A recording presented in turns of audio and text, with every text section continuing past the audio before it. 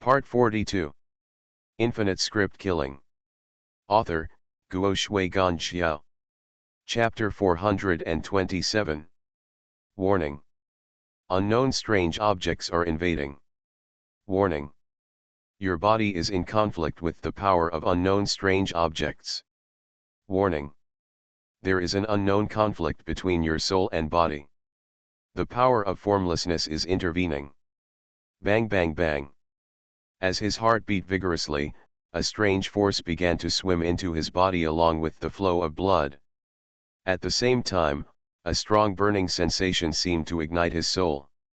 If he could pull his soul out of his body at this moment, he would definitely find that Su Tong's soul would have a unique luster, as if it had the texture of glass.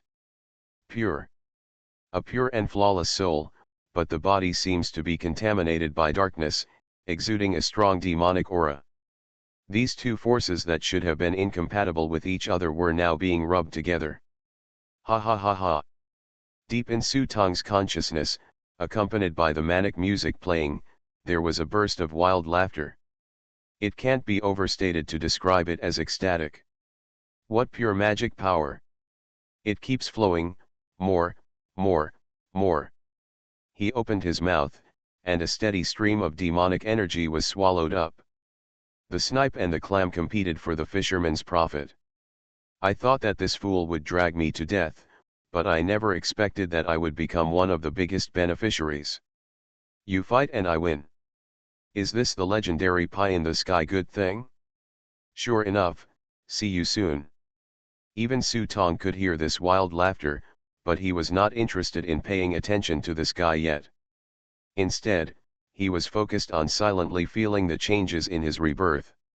Two completely different powers. The reason why they did not tear themselves apart immediately was naturally due to the passive skill of the item card phaseless power. Passive skill, phaseless, the holder will no longer be conflicted by any training system.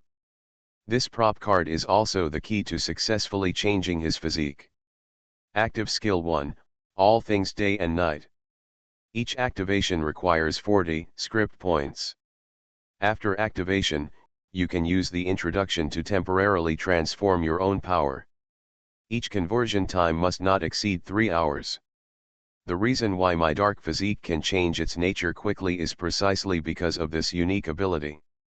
This is also the reason why he must get the ring on Father Unlitat's hand. The ability of the ring itself is not strong, but the attributes attached to the ring are the introduction that I desperately need.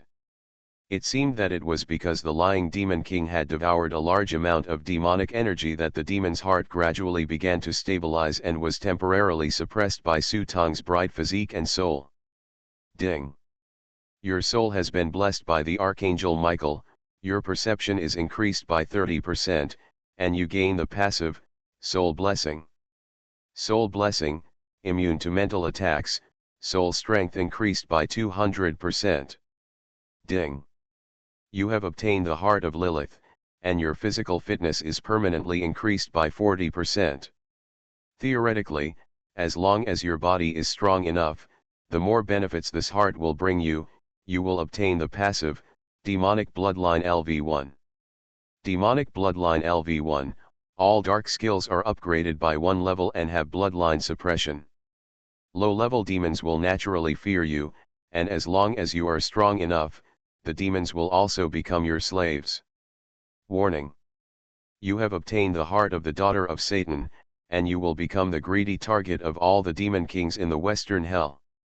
Your soul is recognized by the Archangel Michael and respected by the Western Holy See. A series of beeps finally faded away. Su Tong also slowly opened his eyes at this moment, but whether it was Lilith, Michael, Xiechi and Fan Bei in front of him, they had disappeared without a trace. Eh? You're leaving now? I haven't even said thank you yet. Su Tong put his hand on his heart and could feel the strong beating of his heart at this moment. With every beat, Su Tong could feel the pure magic power spurting out from it and slowly eroding it. His physical body. But he didn't care, because the effect of all things day and night could only last 3 hours. After 3 hours, he would still return to his original dark physique. But before returning to his dark physique, he still had one thing to do.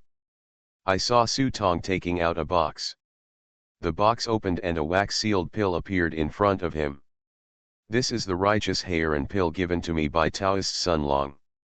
According to Taoist Sun Long, this pill is the secret medicine produced in Longhu Mountain. There is an innate majestic energy in it, which is enough to allow him to break through the Grand Master. But this thing is simply an absolute poison for dark physiques.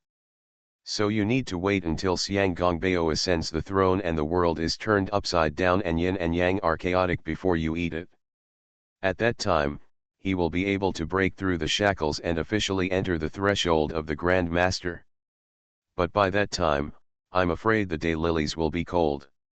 He couldn't wait that long. Now he was going to take another step forward, break through the Grand Master, and then seize the dragon. Although it was not too late, he did not dare to stay in Changjian Pavilion any longer. Looking out of the corner of his eye, he saw an attic not far away. He remembered that it seemed to be the Ministry of Internal Affairs. Thinking of this, Su Tong stood up and jumped more than 10 meters away. It's so cool. After the Dark Constitution was transformed into the Saint's body, the effect was basically the reversal of the effect of the Dark Constitution. Coupled with the 40% increase in the overall constitution brought by his Lilith heart, Su Tong now felt like a little Superman. Even if he uses any ability, he may be strong enough to easily kill the so-called first-class masters in this script world with just the 5 animal grappler and close combat skills.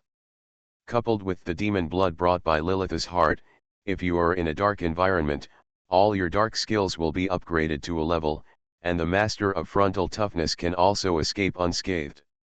This can't help but make him look forward to it even more. What will be the effect after he breaks through the Grand Master and knocks on the door of the King of Hell in a real sense? The high walls of the palace could not stop Su Tong's pace, and the secret sentry arranged by the Ministry of Internal Affairs had no way of hiding under Su Tong's Minjiankaman. He stepped forward, his toes pointed at the glazed tiles on the palace wall, and landed silently on a rockery. He stretched out his hand and grabbed it forward. Why? A secret sentry realized that there was someone behind him, pulled out the dagger from his waist and stabbed him, but as soon as he raised his arm, Su Tong had already pressed his hands on his joints and twisted them down. With a sound of crack, Anshao's shoulders went numb, and his 2 arms hung down feebly. Then he heard a sound of breaking wind, his neck went numb, and his vision suddenly turned black. A guard who can serve as a secret sentry can be regarded as a master in the Forbidden Army, but at this moment, he can't even move under Su Tong's hand. Su Tong casually dealt with a few more secret sentries and quietly sneaked into the attic to take a look.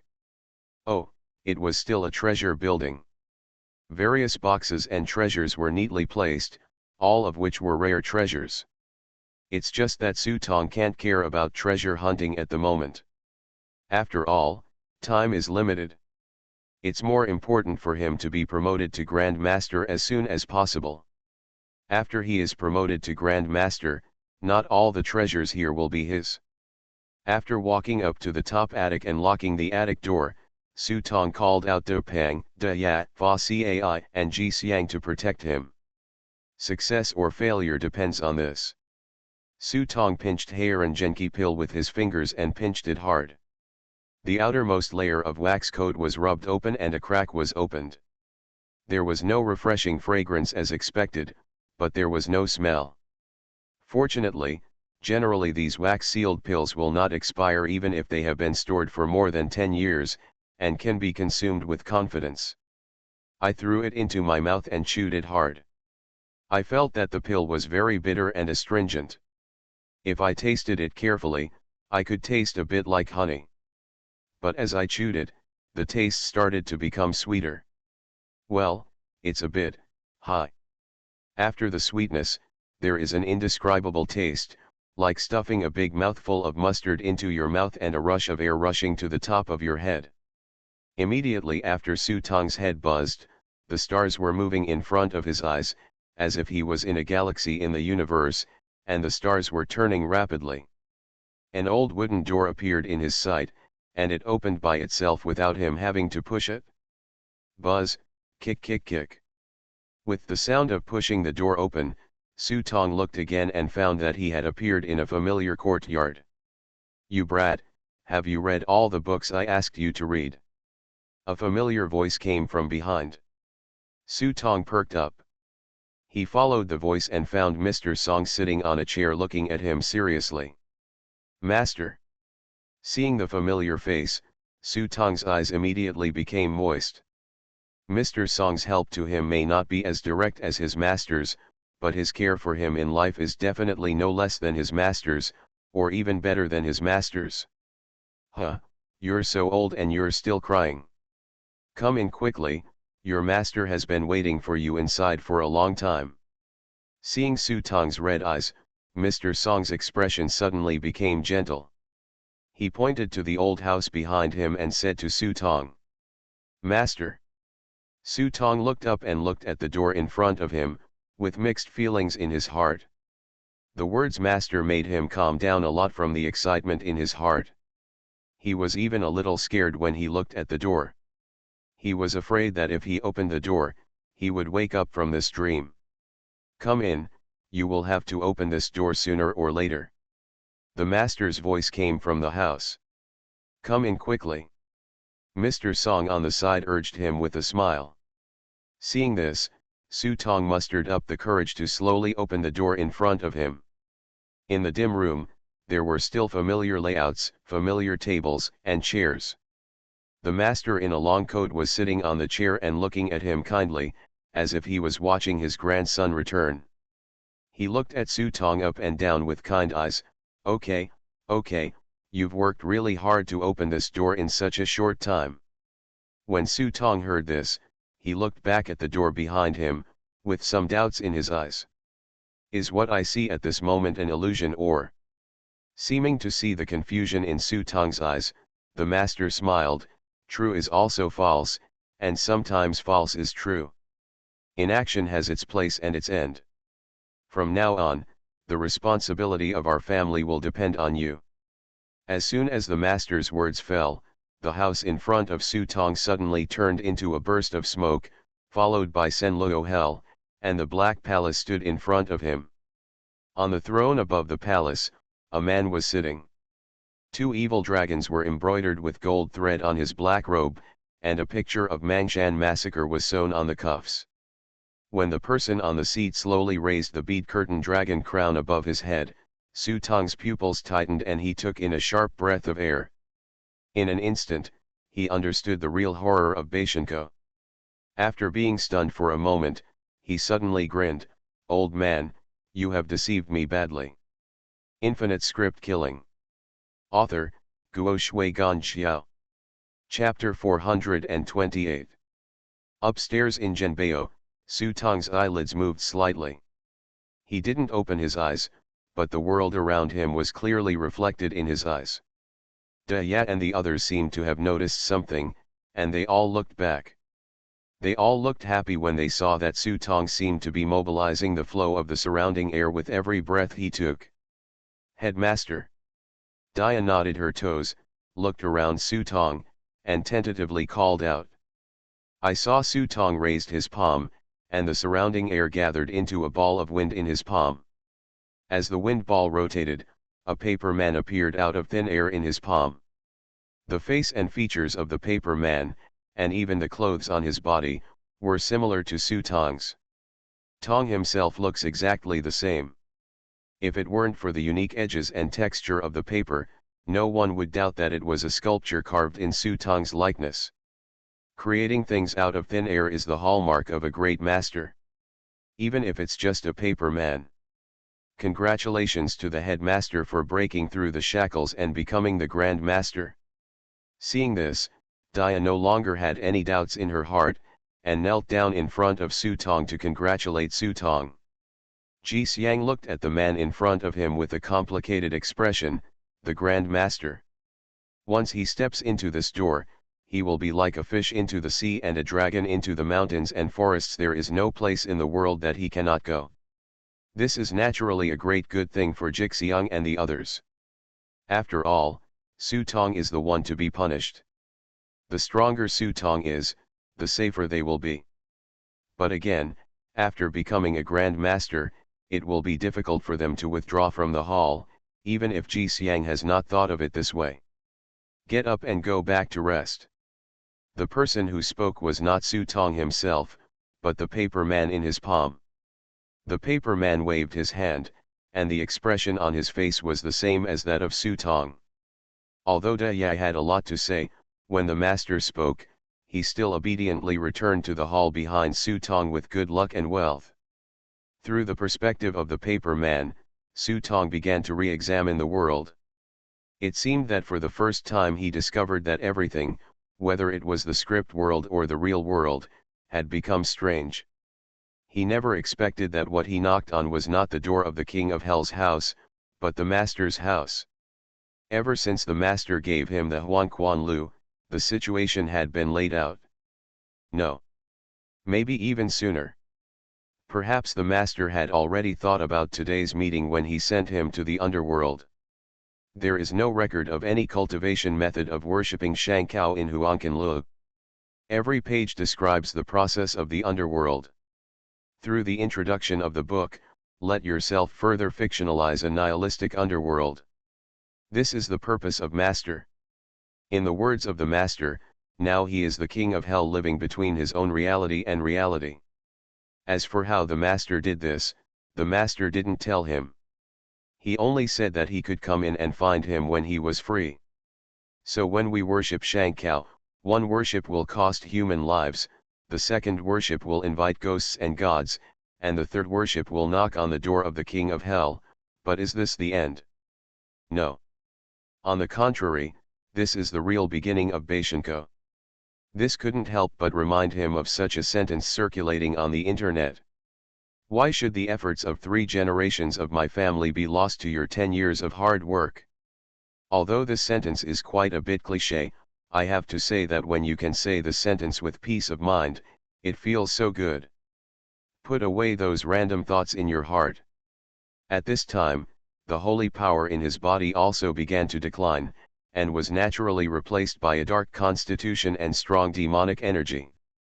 I don't know if it's because a long separation is better than a new marriage. When I regain my dark physique, I always feel much better and more comfortable than the so-called saints. Sure enough, depravity is the source of happiness. After taking a look at the sky, he saw that the sun was almost setting. It would still be some time before Xiang Gongbao ascended the throne, but he was not in a hurry now. After all, if you want to seize the dragon, you alone are not enough, but he can conclude that neither Taoist dragon seeker nor the eldest princess will unite to seize the dragon. Besides, Su Tong looked at the sky and looked with the help of the life ikumen. Although he couldn't see what was hidden in the darkness, he was sure that the people who wanted to seize the dragon were definitely not just the eldest princess and Taoist master Sun Long. Immediately, Su Tong turned his eyes and looked at the rare and exotic treasures placed in front of him, and Su Tong was happy. It's not that I'm greedy, after all, it's all here. Well, why isn't eldest sister coming back? Inside the Vermilion Gate in the backyard of Kintian prison, a little girl was holding one arm and eating snacks, crossing her legs and muttering at the same time. The eldest sister said that if we succeed in seizing the dragon, she will take us out of this place. I don't know where they can take us then. Well, that's fine. Then I won't have to eat these eunuchs and maids. I heard that the meat of children more delicious. While she was muttering in her mind when the eldest sister would come back, she was thinking that after leaving the palace, she must find a girl from a wealthy family to have a good meal. Suddenly he raised his nose. What does this smell like? An indescribable smell made her frown. This smell was somewhat similar to the smell of monks and Taoist priests, which made her instinctively repelled. But why does it smell like this here? Where did the monk or Taoist priest come from? Thinking of this, she jumped on another coffin and looked around. But in front of them were a group of smelly and dirty zombies, all of them holding the remains of the White Lotus sect and gnawing until they were fragrant, let alone a living person, not even a wild dog. Strangeness. Seeing this, she simply jumped off the coffin, sniffing and looking for it. Get away. Impatiently, he kicked aside the zombies blocking the way. These zombies were holding their bones and chewing them happily, but they were kicked away for no reason. But when he looked back and saw that it was the third princess, he immediately lost his temper, lowered his head and rolled to the corner obediently. The eldest princess is not here, the second princess was burned to ashes by Fu Anning last time, and now the third princess is the little bully here. Seeing this, the other zombies ducked aside as far as they could. Suddenly, there was a clear space in front of her, except for a thin zombie squatting on the ground, wearing a set of clothes that obviously didn't fit well, with his back to her, holding a bone and gnawing hard. Sniff sniff. The third princess raised her nose and walked suspiciously behind the zombie. She looked left and right and saw that this guy was indeed a zombie. The thick aura of death on his body would definitely not fool anyone. But why does this guy smell so disgusting? Just when the third princess was confused, the zombie in front of her suddenly stopped eating, with a dull expression on her face, and slowly handed over the bones in her hand. Who wants your bones? Maybe it was because the smell on his body disgusted the third princess, or maybe she hated such a dull look. When she saw the bones handed over by the other party, she suddenly became more impatient. He slapped the bones away, reached out and grabbed the neck of the zombie in front of him, lifted him up from the ground, and put it in front of his eyes to examine carefully. Why do you have such a strange smell? Did you take something you shouldn't have? The third princess looked left and right, but she really couldn't see the problem. The only thing she could think of was whether there was any special treasure on this guy. Upon hearing this, the eyes of the zombie in front of him became wandering, and he immediately covered his chest with one hand. As expected, take it out. Upon seeing this, the third princess suddenly understood and stretched out her hand to hand over the things.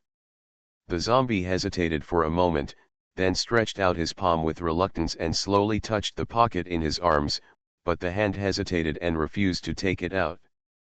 This made the evil fire in the heart of the third princess even worse, and she urged sternly, "Hurry up.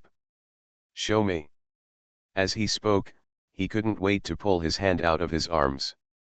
She saw the skinny palm open, and a round iron shell, like an apple but slightly smaller than an apple, appeared in front of her.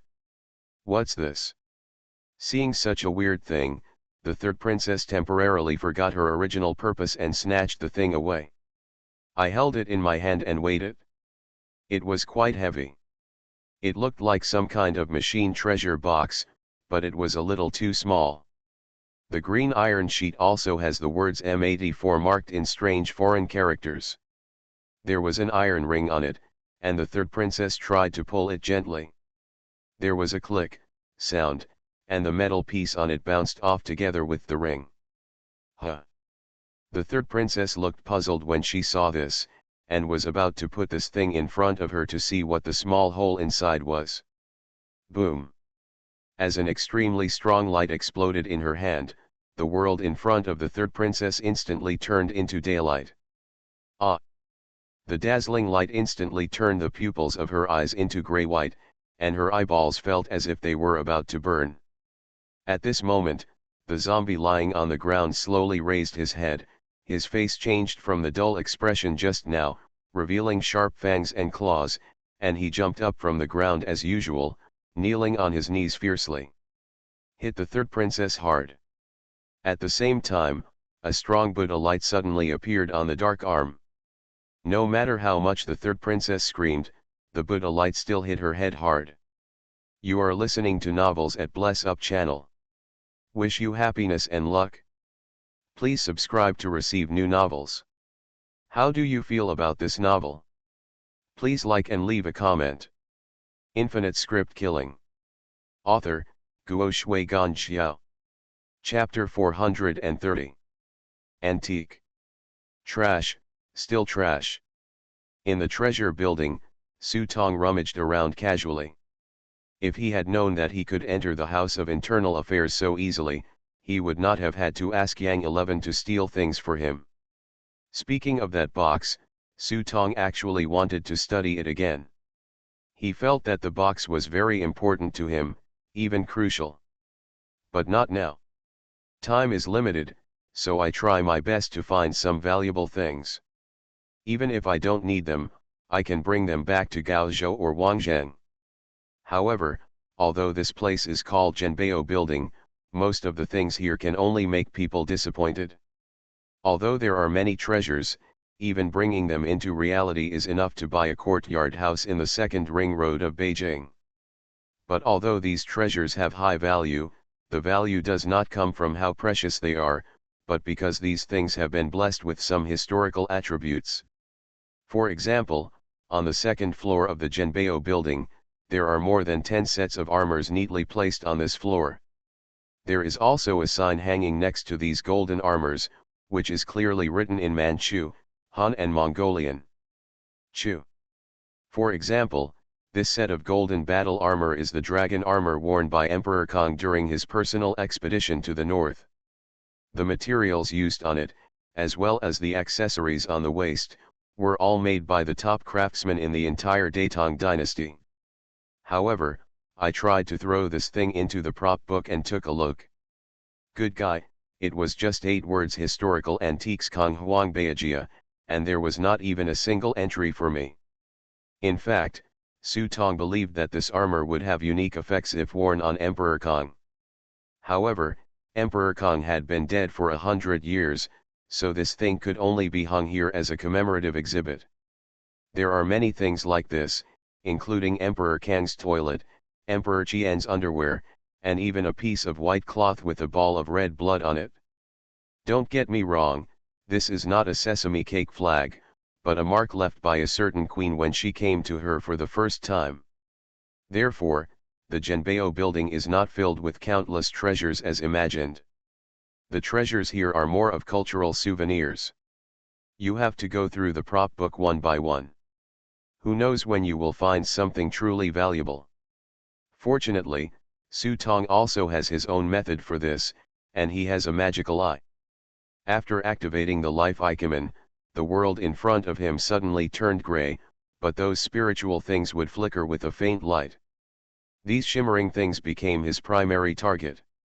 This naturally greatly increased his treasure hunting efficiency, but even so, most of the things in the treasure building can still only be called garbage to him. For example, these are the most numerous. Pearl of the East China Sea. It is said that it is produced from the 1,000-year-old essence of a 1,000-year-old clam in the East China Sea. The wearer can extend the diving time by 300%. Western Uzi Sword. The lost forging technology of ancient India is inlaid with gems from 28 countries, which can be brought back to reality and recycled at a high price by the Script Museum. Yuanyang Pen Wash. It is said that it is carved from a piece of yang jade, and it can be used to wash the brush and add 3 to 3 points of hardness and yang to the edge of the pen. These weird things may be useless, but they seem to be of some use. They may be useful, but I don't know how they can be put to use. Su Tong picked and picked, randomly throwing in 1 or 2 that he liked in the prop book, planning to take them as gifts when he went back. At this time, Su Tong suddenly noticed a box, which was placed randomly on a box. It feels like it was placed on top randomly and not worth mentioning. The reason why I noticed it was not because of the dim light on the box, but because of the strange flower carved on the box. Piranha flowers.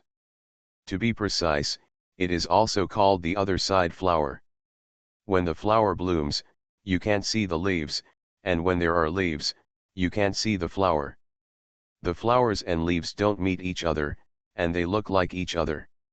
I once mentioned this kind of flower in the Huangquan Lu given by my master. In the north of Hades, there is a cliff called the Cliff of No Return, and it is full of flowers from the other side. This thing can be said to be exclusive to Hades. Ordinarily, most people would not engrave it on a device, as it would be considered very unlucky. But in fact, the bana flower is not a flower of disaster. On the contrary, it is pronounced as Manjushwa in Sanskrit. Its original meaning is the flower of the sky, the big red flower, one of the 4 flowers that bring good luck from the sky. It is also said in the Buddhist scriptures that Manjushwa is a flower that blooms in the sky and was brought to the underworld by Ksatagarbha. Its stamens are white and soft, and its petals are bright red. Anyone who sees this flower will have all their evil thoughts eliminated. Although there are so many opinions, it can be said that such things are generally not carved on royal objects, and they are carved so lifelike. Su Tong picked it up and opened the box, and was stunned. What was inside the box was actually a jade pendant, with a strange glaze-colored light shining on it. I threw it into the prop book and took a look, and the result turned out to be unidentified. Obviously, this thing didn't seem to be an ordinary thing. This surprised Su Tong, but he couldn't help but feel a lot relieved. After rummaging through boxes and cabinets for a long time, I finally found something that caught my eye. After putting the things away, Su Tong did not continue rummaging here because it was already dark outside. However, just when Su Tong was about to leave, his ears suddenly moved and he heard subtle footsteps outside the door. The sound was coming towards him. Seeing this, Su Tong turned inward and hid his figure in the corner. With a pinch of his fingers, a paper crane flew out of the window with fluttering wings. Isn't that right? Fourth brother, didn't you say that there are hidden sentries near the Genbeo building? How come we didn't find any of them when we walked over? At the corner of the stairs, 4 people appeared furtively. Huo Wuji glanced around and looked at Li 11 with some suspicion. This. Li 11 looked around, looking quite embarrassed. It took him 300 taels of silver to find out the locations of several hidden sentries. But it doesn't seem to be of use at all now. It should be that after the Ministry of Internal Affairs changed its defenses, those hidden sentries were withdrawn, and they may not be replaced for a while. Thousand Hands on the side guessed. Yes, this possibility cannot be ruled out. Know-how also thinks this explanation makes sense. Since there is no hidden whistle, let's not stand there in a daze. We should quickly grab our things and leave. I have a hunch that we can leave this place as soon as possible. The best thing to do is leave as soon as possible. Huo Wuji urged to leave the palace as soon as possible. In fact, not only him, but Li 11 and others could also smell the danger. After all, they have been traveling in the world for so many years, and they have an almost beast-like sense of danger when it comes to danger, and can seek good luck and avoid disaster in advance. Yes, Li 11, what does that thing you are talking about look like? Bai Shitong turned around and asked. Li 11 recalled what Fu Anning said to him in the Huangji Palace and made gestures with his hands. A box with the shape of piranha flower carved on it, which is also the shape of Bayangan flower. This thing is rare in the palace and should be easy to find. Do you know what's in that? I don't know. Fu Anning only said at the time that this thing could change one's fate against the will of heaven. I don't know what it was specifically. Li 11 did not conceal the whole story, but explained it clearly to Huo Wuji and the other 3. After hearing this, the 3 of them no longer hesitated. Bai Shitong knocked on the door lock with ease. The 4 of them looked at each other and pushed the door open before carefully closing the door again. However, the 4 of them obviously didn't notice that just above their heads, a paper crane quietly flew into the 3rd floor window from above their heads. Box. Su Tong glanced at the box he had just thrown into the prop book and couldn't help but be stunned for a few seconds. Immortal treasures are part of Source and have unique properties. After being absorbed, there will be no more fairy treasures in other script worlds. So Li 11 and the others didn't have the immortal treasure. How could they live so long? I had thought about whether there would be any alternatives. However, after hearing the conversation downstairs just now, Su Tongke suddenly realized that there was indeed a substitute. It's just that this thing has fallen into his hands by accident. If he wants to blame it, he can only blame them for his bad luck. Thinking of this, Su Tong smiled coldly and originally planned to leave, but now he changed his mind. He glanced sideways and saw the Kong Huang armor hanging in the corner. His mind moved and he already had an idea in his heart. Is this thing valuable? Qian Shu casually picked up a bracelet and stuffed it into his arms, then looked at the jade cup. But before he could reach out to take it, he was shouted by the know-it-all on the side, "Don't take jade with gold, and don't even think about porcelain and antiques. It won't be easy for us to take those things back and sell them as stolen goods." Qianju heard the same truth, so he put a gold pocket watch into his arms. "Find the box first, gold and silver are secondary." Huo Wuji jumped over the two of them, picked up the golden wine bottle under the table, and put it into the sack at hand. As he walked, there was a loud banging sound. God knows where this guy's sack came from. Huo Wuji and Li 11 were still searching carefully on the first floor, while Qian Hand and Bai Shitong got up and went to the second floor. Ah! As soon as he climbed onto the second floor, Qianju, who was walking in front, was startled. Behind him, Bai Shitong pulled him down, fearing that there was some mechanism upstairs. It's okay, it's okay. I saw it wrong. They are all armor." Qian Shu explained again and again that he was just dazzled when he suddenly saw 5 or 6 figures standing there upstairs. Anyone else would have been frightened. It was not until he was pulled back by Huo Wuji that he finally see clearly. Bai Shitu leaned out and took a closer look. Sure enough, there were some armors standing there. Then he breathed a sigh of relief and glared at Qianju, "Don't make such a fuss. If you provoke the guards, we will be in trouble." While Bai Shitong climbed up the stairs, he walked up to the armor and took a closer look. He saw that the armor stood upright, lifted its mask, and revealed a gray-white human face. It's a good thing that Bai Shitong looked carefully beforehand, otherwise the face alone would scare an average person to death. Boom! Hearing the echo inside, Bai Shitong turned around and said, "Empty, paper shell." It turns out to be a paper man. Infinite script killing. Author, Guo Shui Gan Xiao. Chapter 431. As he spoke, he tentatively held the armor in his arms, and it turned out to be light and weightless. "Look for it, maybe it's hidden in these armors." Li 11 walked up to these armors and groped around for a while, obviously not wanting to let go of a possible treasure hiding place. Bai Shitong walked to the incense case and took a look. There were still tributes placed on the incense case, but it seemed that these things had not been replaced for a while. At this time, Bai Shitong suddenly noticed that there were several Buddhist scriptures placed on the incense table. He picked them up and read them a few times before throwing them aside.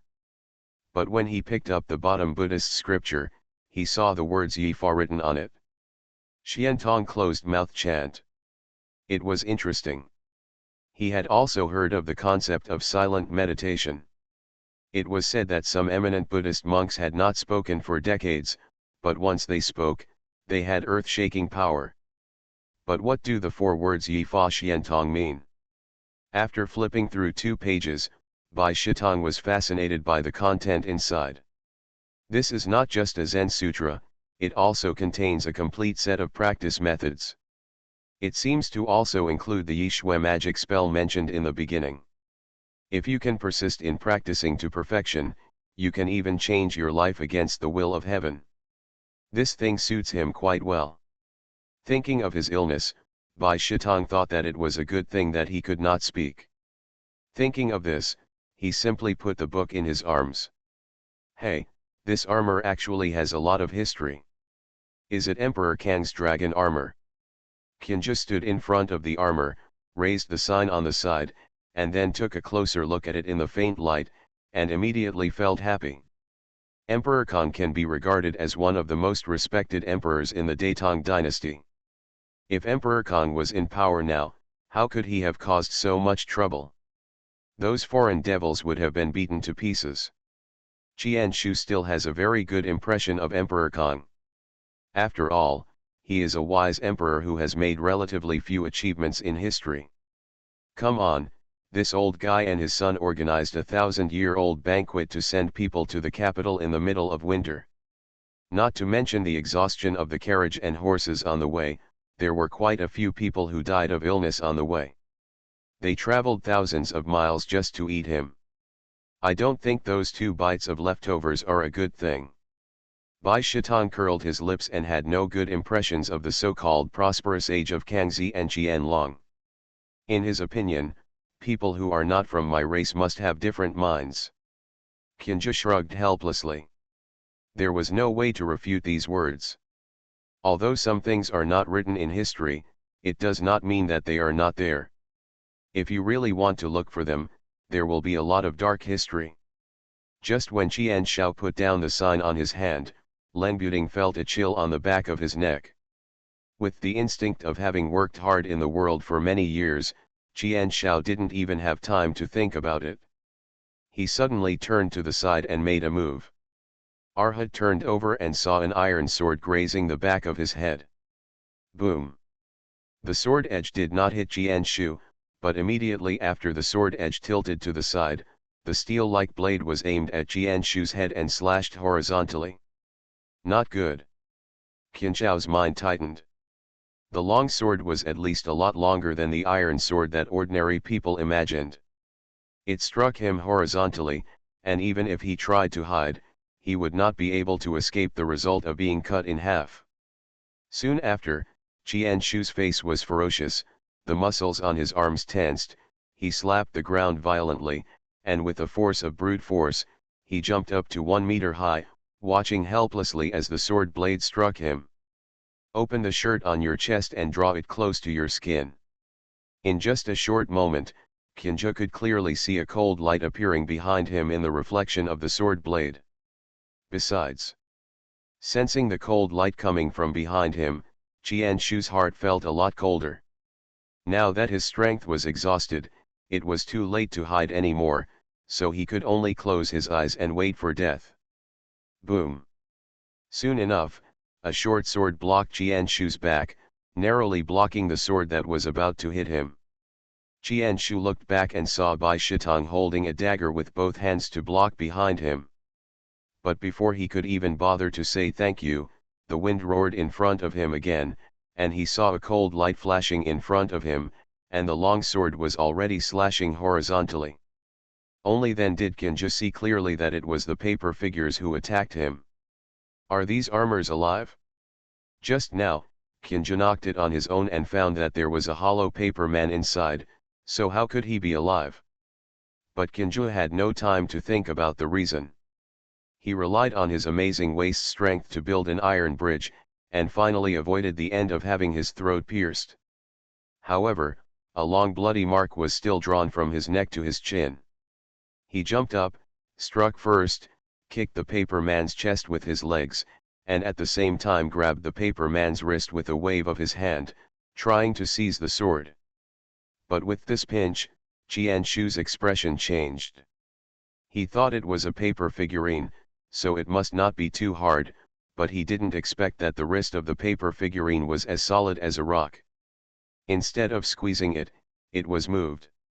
The paper man took the opportunity and stabbed him in the chest with his sword. Boom! A cigarette rod popped out of Qianshu's sleeve. It turned out that the cigarette rod was Qianshu's unique weapon. It was forged with fine iron. It looked inconspicuous but weighed more than 20 kilograms. He held the cigarette rod with one hand, bent his legs slightly, and made a hissing sound when his steps hit the floor. He rushed towards the paper man like an eagle flying across the ground. The paper man raised his hand upwards, and the sword blade slashed towards Qinzhi's wrist. In the midst of the lightning and flint, Qianshu did not dodge. He lowered the cigarette rod and hooked the cigarette holder onto the edge of the long sword. Go to hell! I saw Qianshu twisting the mechanism at the end of the cigarette rod, and an inch-long blade popped out of the cigarette rod. As the cigarette pot was clasped with the blade of the sword, it slid and drew a circle in the air. In an instant, the paper man's head was also struck.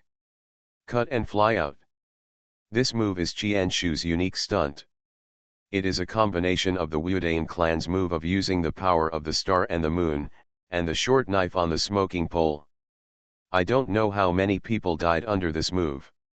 Seeing the head rolling on the ground, Qianju was about to rejoice, but he didn't want to be followed by a pain in his lower abdomen, and saw the sword piercing his lower abdomen straight. He killed many people with this move, but Qianju apparently ignored one thing. The person in front of him was not a human being. His head was just a decoration. Without it, he could kill people. Puff.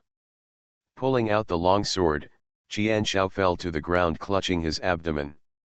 Only then did he realize that the other paper figures wearing armor were actually alive. What kind of magic is this? Just when Qianshu fell to the ground, looking at these paper figures wearing armor and holding blades, he couldn't help but be shocked and desperately waiting for death. Huowuji and Li 11 finally caught up from downstairs. Hunyuan fire. Huowuji jumped up the stairs and looked at Qianshu, who fell to the ground. His face darkened. He didn't care whether he would be discovered. He rushed in front of Qianshu with lightning speed, raised his hand and hit the headless paper man hard with his palm. Chest. Suddenly, a hot and dark energy exploded in the chest of the paper man, and flames spurted out from the broken neck. In an instant, the paper man turned into a burning man, and soon turned into a handful of paper ashes. Are you okay? Li 11 rushed up and helped Qianshao up from the ground. Can you try to poke a hole in your stomach? Will it be okay? Qianju said angrily. Li 11 took one look at his wound, quickly tore open his clothes, took out the golden sore medicine they stole from the pharmacy, and sprinkled it on Qianshu's lower abdomen. It was a royal product after all. The golden sore medicine was sprinkled on it, and the bleeding stopped after a while. Qianshao felt that the numbness in his abdomen was no longer so painful. He held the cigarette rod in one hand and stood up slowly with Li 11's help. When he looked around, he saw that Bai Shitong was forced into a corner by a paper man, and he quickly pushed Li 11, "Leave me alone, go and help him." Li 11 nodded, rushed forward with the dagger in hand, and helped Bai Shitong save the situation. Just like Thousand Hands, after just 2 moves, Li 11 found that the physical attacks of these paper figures were almost useless. He simply put away the dagger, used the soul-catching hand, and tried to hit the paper figures hard, but the result was still ineffective. This time Li 11 was also caught. He did know some mission secrets, but they were only useful against zombies, ghosts, and demons.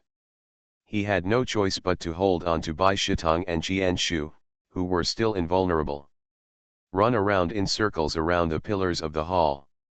Fortunately, Huowuji had already dealt with the other 2 paper figures. He jumped up, his legs slightly arched, his left hand grabbed the chest of the paper figures, but his right hand sank slightly. The paper man seemed to be aware of the danger, but he did not dodge or dodge. He simply stabbed Huowuji with a straight blow, aiming directly at Huowuji's throat. It was a completely life-threatening attack. But at this moment, Huowuji's figure suddenly flashed and disappeared in front of the paper man. When he reappeared, he was already on the side of the paper man. Hiding the bow and chasing shadows is a skill of the Qing Cheng sect, but unfortunately no one applauds it at this moment. The moment the figures intertwined, Huowuji's palms came out at the same time, and the Hunyuan fire gathered in the palms, emitting red heat and instantly piercing the paper man's armor at high temperatures, and the remaining power penetrated the paper man's chest. Stab it! With a crashing sound, the paper figure was split into 2 pieces and turned into ashes before it fell to the ground. Whirring. Looking at the ashes on the ground, the 4 of them looked at each other. Huowuji was breathing heavily. His whole face was red and he was breathing heavily. He was obviously very exhausted. Go quickly. Although these paper figures have been dealt with now, such a big movement might attract guards. At that moment, Huowaji shouted to leave as soon as possible. But, I haven't found anything yet. Li 11's expression suddenly changed when he heard this. He didn't want to leave. There was something here that could change his destiny, which was very important to him. There was another layer above, and he wanted to go up and have a look. Idiot! Huowaji immediately became angry and grabbed Li 11's collar. No treasure is as important as its life. Yes, you can keep the green hills and don't have to worry about running out of firewood. Know how also advised. Kinja didn't speak, but he glanced out the window, and sure enough he saw fire surging in the distance, which seemed to have alerted the guards, who were rushing towards them with torches. Hearing this, Li 11 seemed to hesitate, but when he looked at Huowaji and the others, a sneer suddenly appeared on his face, and he pushed Huowaji away. You are keeping the Qing Shan, but I no longer have the Qing Shan. After the Datong dynasty is over, there will no longer be a dynasty. What do you want me, a disabled eunuch, to do alive? Li 11 smiled sadly. It was hard for him to imagine that after a few years, they would settle down and Huowaji and others would get married and have children. What about him? Being alone and struggling to survive in this world is simply making life worse than death. You still have a way out. The worst is peace for the rest of your life. If you can't change your destiny against the will of heaven, my life will be worse than death. After saying that, Li 11 pushed Huowaji away, turned around and walked towards the third floor with a stern face. Li 11. Qianshao wanted to call him, but Li 11 ignored him at all. Huowaji wanted to follow him, but at this time, the footsteps of the officers and soldiers outside were getting closer and closer. If they didn't leave, they wouldn't be able to escape even if they had 3 heads and 6 arms. Asshole! Even if Huowaji is brotherly, he still has to make a choice at this time, 1 life or 3 lives. Huowaji obviously chose the latter. He gritted his teeth, turned around and rushed downstairs with Jianhand and Bai Shitong. After just kicking open the building door, Huowaji glanced at the officers and soldiers approaching in the distance. You go first. You. Seeing this, Qianshu guessed what Huowaji was going to do, but Huowaji only said, it's easy for me to escape alone, hurry up. Hey. What is this? Kinju felt very uncomfortable, but still pulled Bai Shitong to take the first step. Seeing the pursuers getting closer and closer, Huowaji yelled, Grandpa is here. After saying that, he turned around and dove into the rockery alley. Chase. When these officers and soldiers saw Huowaji, they immediately accelerated to catch up. This may be the last thing Huowaji did for Li 11, but unfortunately Li 11 didn't know it. After ascending to the 3rd floor attic, Li 11 looked around and was suddenly stunned.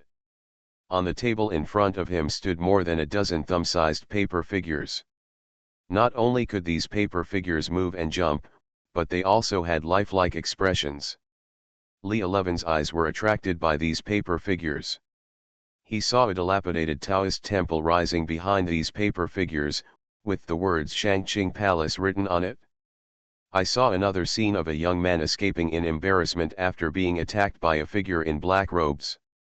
Until another old man appeared in the Taoist temple and killed the man in black robe with 1 blow. Li 11 suddenly felt a strong uneasiness and an indescribable strange feeling in his heart, as if the moment the man in black robe died, his heart suddenly stopped. When the scene ended, all the paper figures decomposed into countless pieces of paper. However, these pieces of paper were quickly reassembled by a gust of breeze, and gathered into a ball of paper figures as tall as Li 11, floating in front of Li 11. Seeing this, Li 11 involuntarily took a step back, his pupils twitching slightly, and he saw the paper man stretching out his left arm and a wooden box carved with death flowers appeared in the paper man's hand. This is it. Seeing the box, Li 11 was shocked, hesitated, and slowly stretched out his palm to get it. But before his hand could touch the box, The right hand of the paper man in front of him turned into a blade and slowly stabbed Li 11's abdomen. The speed of the paper man is not very fast. Li 11 can dodge it if he wants to, but the moment the blade stabs out, the box on his left hand is also slowly moving back. It is obvious that if he dodges, he will not be able to get the box. After a brief moment of weighing, Li 11 gritted his teeth and actually stepped forward. Even if he was seriously injured by the sword, he still wanted to get the box. Puff. The paper blade penetrated Li 11's lower abdomen, and the huge pain was far more intense than he imagined. It was completely different from the clean and sharp wound of the sword. Instead, it made people feel as if the entire lower abdomen was twisted. But this did not stop Li 11's desire for the box. He reached out and grabbed the paper man's left hand, and grabbed the box heavily in his hand. The two were tightly together, looking like friends hugging each other. The heavy weight made Li 11 feel strong emotions in his heart. After wandering for half his life, he felt that he had grasped his destiny for the first time. Xiao Zizi, congratulations. Just when Li 11 was looking at the box in his hand with ardent eyes, the paper man in his arms suddenly spoke. What Li 11 never expected was that the voice of the paper man was so familiar. You, brother Ma. Li 11 turned his head dully, looking at the gradually clear outline of the paper man's face, with his familiar smile hanging on the corner of his mouth. In an instant, Li 11 felt a strong sense of fear in his heart. Brother Ma, let me go. I didn't betray you on purpose. I'm not. Li 11 wanted to struggle, but the paper man was like a steel frame at this moment, not allowing Li 11 to break away at all, and could only hear his screams of constant pleading. On the roof, Su Tong slowly put down the hookah pipe in his hand, spit out a puff of green smoke from his mouth, stood up, looked at the attic under his feet, and nodded, I know, but I will feel uneasy until you die. Infinite Script Killing. Author, Guo Shui Gan Xiao. Chapter 432. Su Tong slowly clenched his fists, and the paper man downstairs also slowly tightened his fists. The paper man created between the virtual and the real, with the blessing of spiritual enchantment, is as strong as steel. The screams downstairs stopped abruptly the moment Su Tong John clenched his fists. Su Tong didn't feel happy after killing Li 11, because there was no sense of accomplishment in killing a guy who was weaker than himself. But on the other hand, Li 11 must die. Even Qianshu himself can let it go, but Li 11 cannot. It's not that I haven't given this guy a chance, I've even given him many chances. But every time he made the mistake of taking a fork in the road. Besides, despite the fact that this guy is very picky now, the fate of the partial official Black Tiger is destined to make him more and more difficult to deal with in the future. Moreover, this guy seems to have started to wake up. If he missed this opportunity, he was afraid that if he tried to kill him again, this guy might run out of the capital. Ding dong. He stretched out his hand to grab it, and activated the soul arresting technique. Li 11's soul floated out from the glazed tiles under his feet, and was gently caught by Su Tong in his hand. Seeing Li 11's soul shrink to the size of a glass bead, Su Tong couldn't help but wonder, should he throw him into his own reality and make his master happy? But this idea was rejected by Su Tong after it came up. On the one hand, the master would definitely not like it.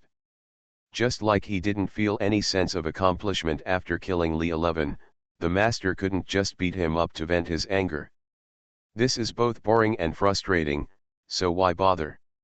Secondly, if Li 11 wants to enter the master's hall of hell, he is not worthy yet. Thinking of this, Su Tong casually threw Li 11's soul pearl into the ferry road at the entrance of the hall. The bells dinged, and a stream of colorful smoke came out of the immortal furnace, sucking Li 11's soul into the alchemy furnace. Soon Dia jumped out of the hall holding a hot elixir. The appearance of this elixir is quite good looking, with a glass color. I wonder what kind of elixir a person like Li 11 can refine with his soul? Out of curiosity, Su Tong put the elixir into the prop book. Partial official black tiger pill. Those who eat it will receive a bonus without any taboos within 3 hours. No taboos. Ignores the influence of fate and radiates within a 30-meter surrounding area. Note, black tigers who are partial officials are destined to live a miserable life. Those who violate the harmony of nature will mostly end up dead. If they survive, they must pay with blood and stir up chaos in the world. Huh. Looking at this elixir, Su Tong fell into deep thought silently. Maybe he is also a poor person. This elixir came at the right time. When Prince Gong rebelled, he was blessed by fate, almost like a god descending to earth, which impressed him so deeply.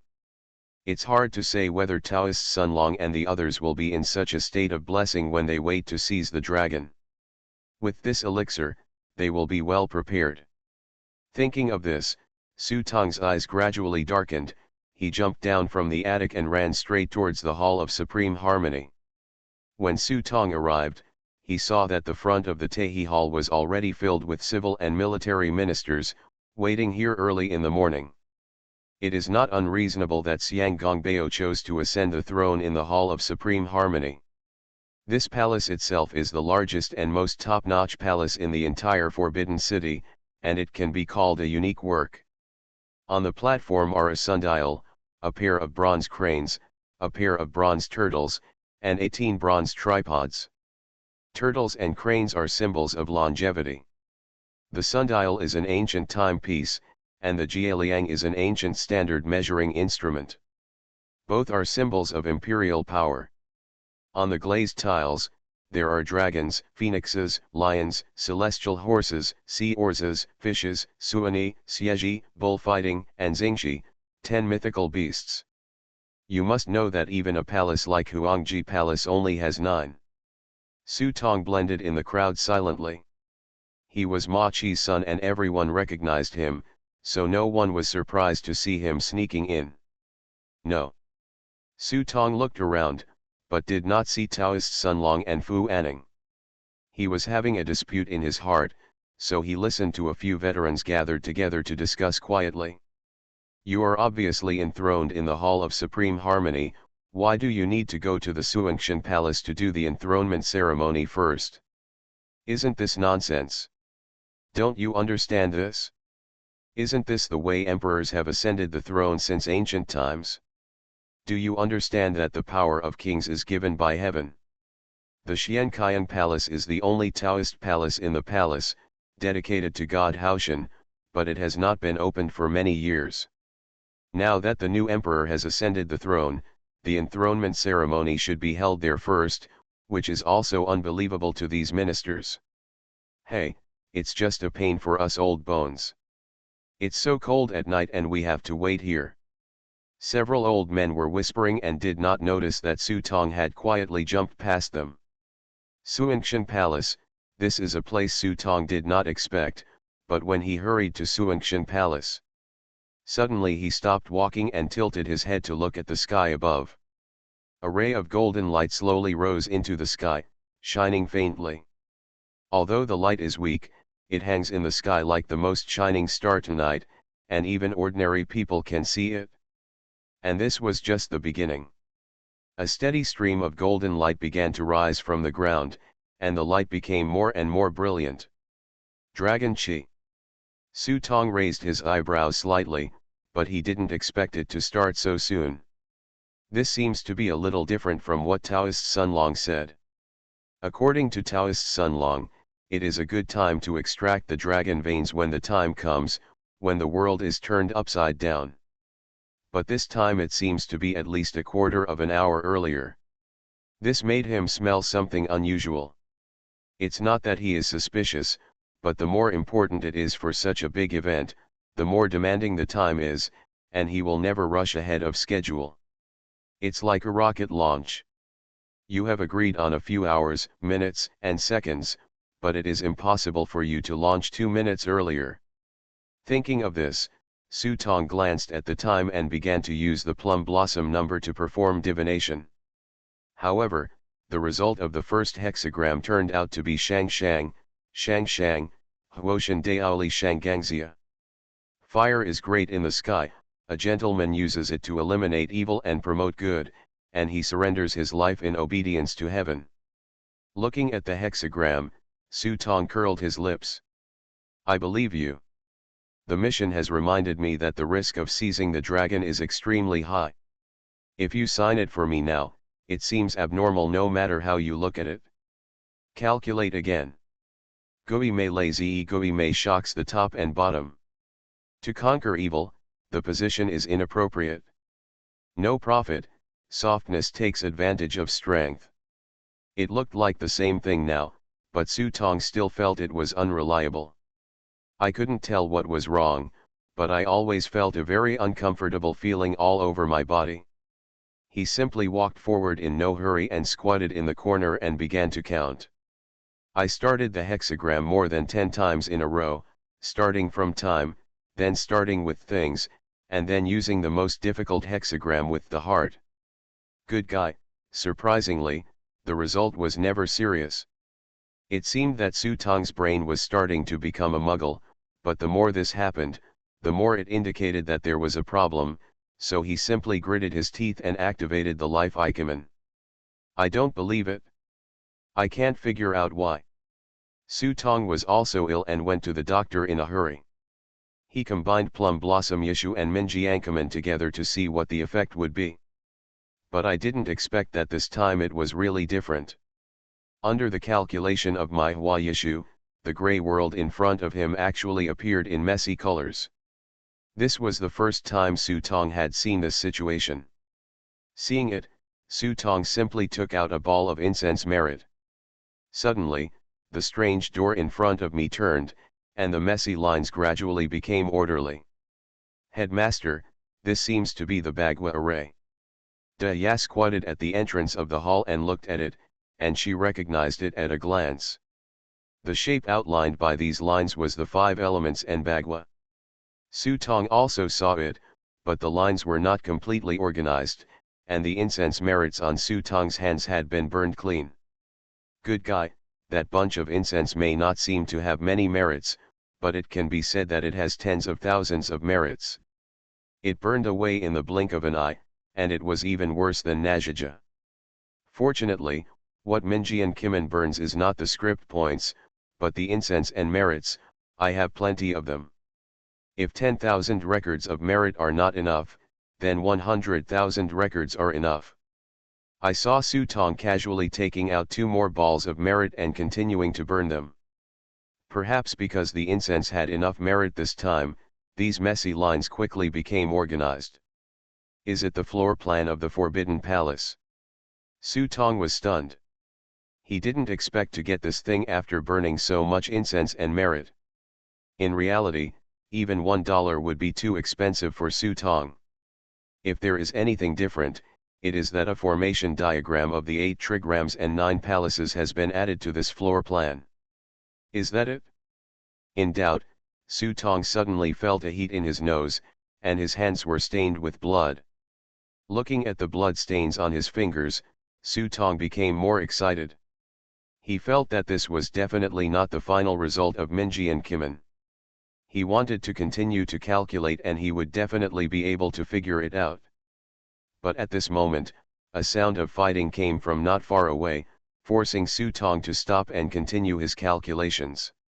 He raised his head and glanced at the sky. Sure enough, the Forbidden Palace was already in a stormy state, and those guys hiding in the darkness also emerged with clear outlines. I remember that I saw through the Minjian Kimen that there was not only one great master in the capital, but also many top masters hidden among the people.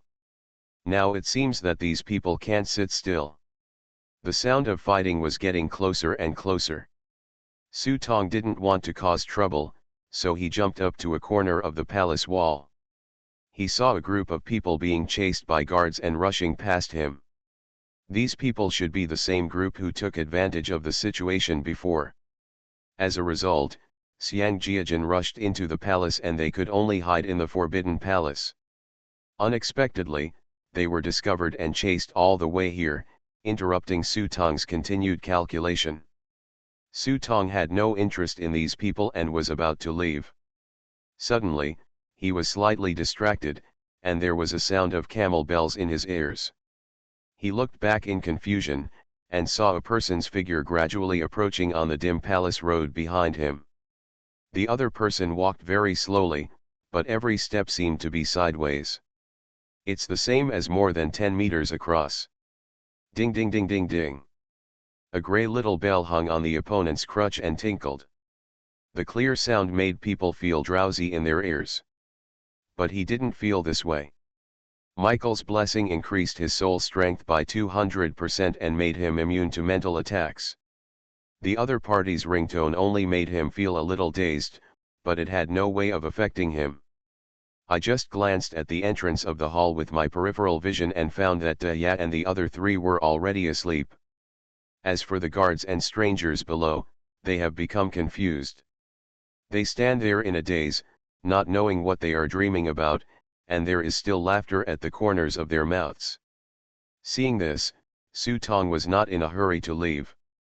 He shook his clothes and saw a dark brocade robe covering him. It was in the last script world that after putting on the black brocade robe prepared by his master, the effect of the passive uncrowned king was stimulated. It can perfectly hide its own aura and even block tracking. I saw the black shadow getting closer and closer.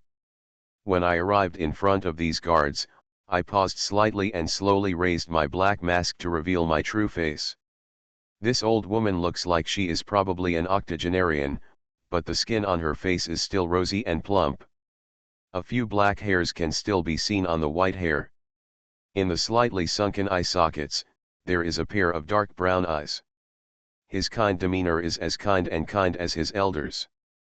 The old woman reached out and patted a guard on the shoulder. "My child, how do I get to the Suangshan Palace?" The kind voice gave people a natural sense of intimacy. The guard pointed behind him blankly.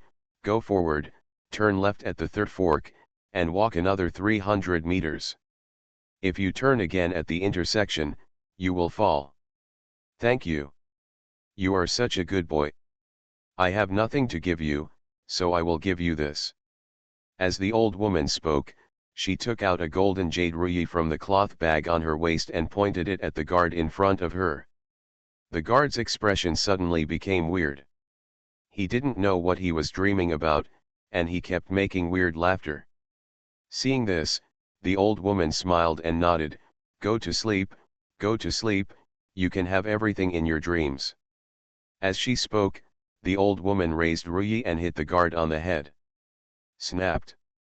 The cup fell to the ground and broke into pieces.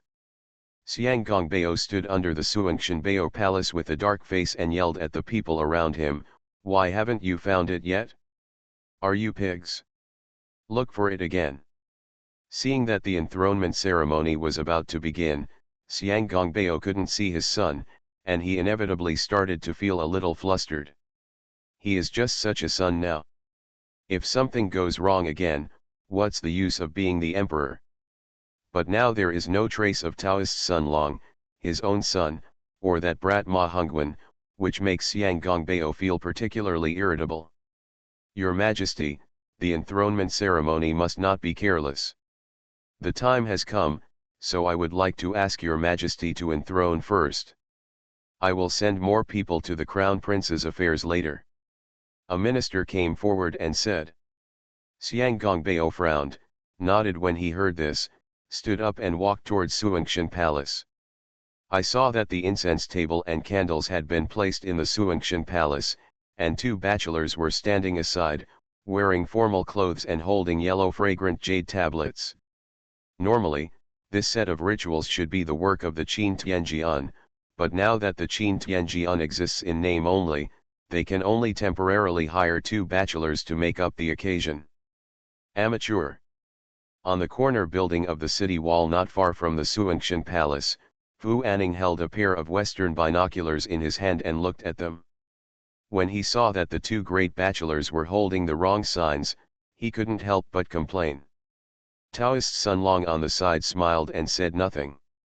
They were amateurs, but this did not prevent them from seeking to seize the dragon energy. Looking at the wisps of light rising in the sky, Taoist Sunlong couldn't help but sigh. After 200 years of luck in the Datong dynasty, there is only such a little bit of dragon energy left. It's really. They were originally foreigners. The three emperors of Kangxi, Yongzheng, and Qianlong entered the Qinbei Mountains several times and used the dragon energy of the Qinbei Mountains to enhance the national destiny of the Datong dynasty, so that the national destiny of the Datong dynasty surged for a time. However, in this way, the consequences are endless, and perhaps today the Datong dynasty the end may be the root of the disaster left by the three emperors. Fu Anning whispered from the side.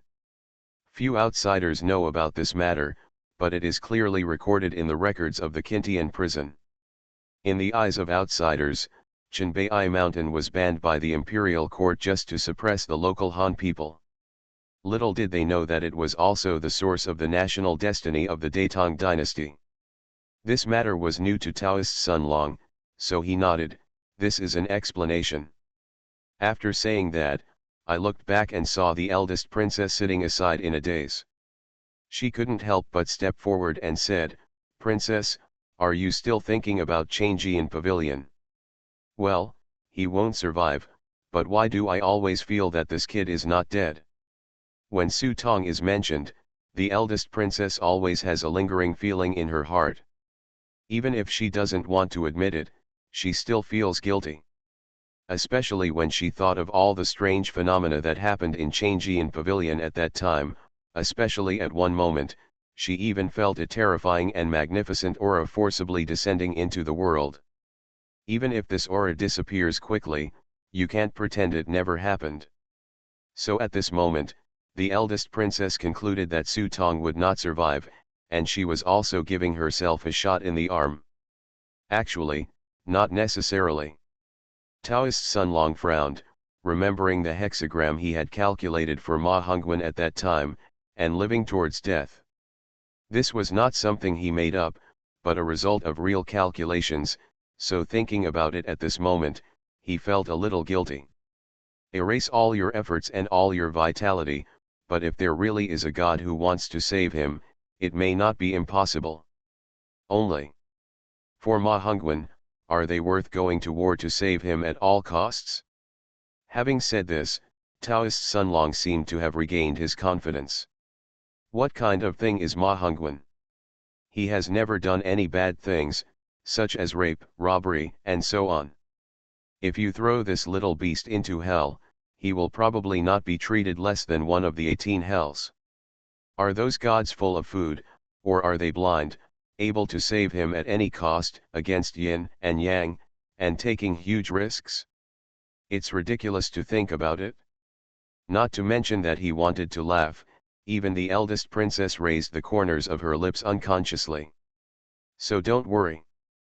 Besides, even if this kid comes back to life, he can still turn the world upside down in your hands and mine.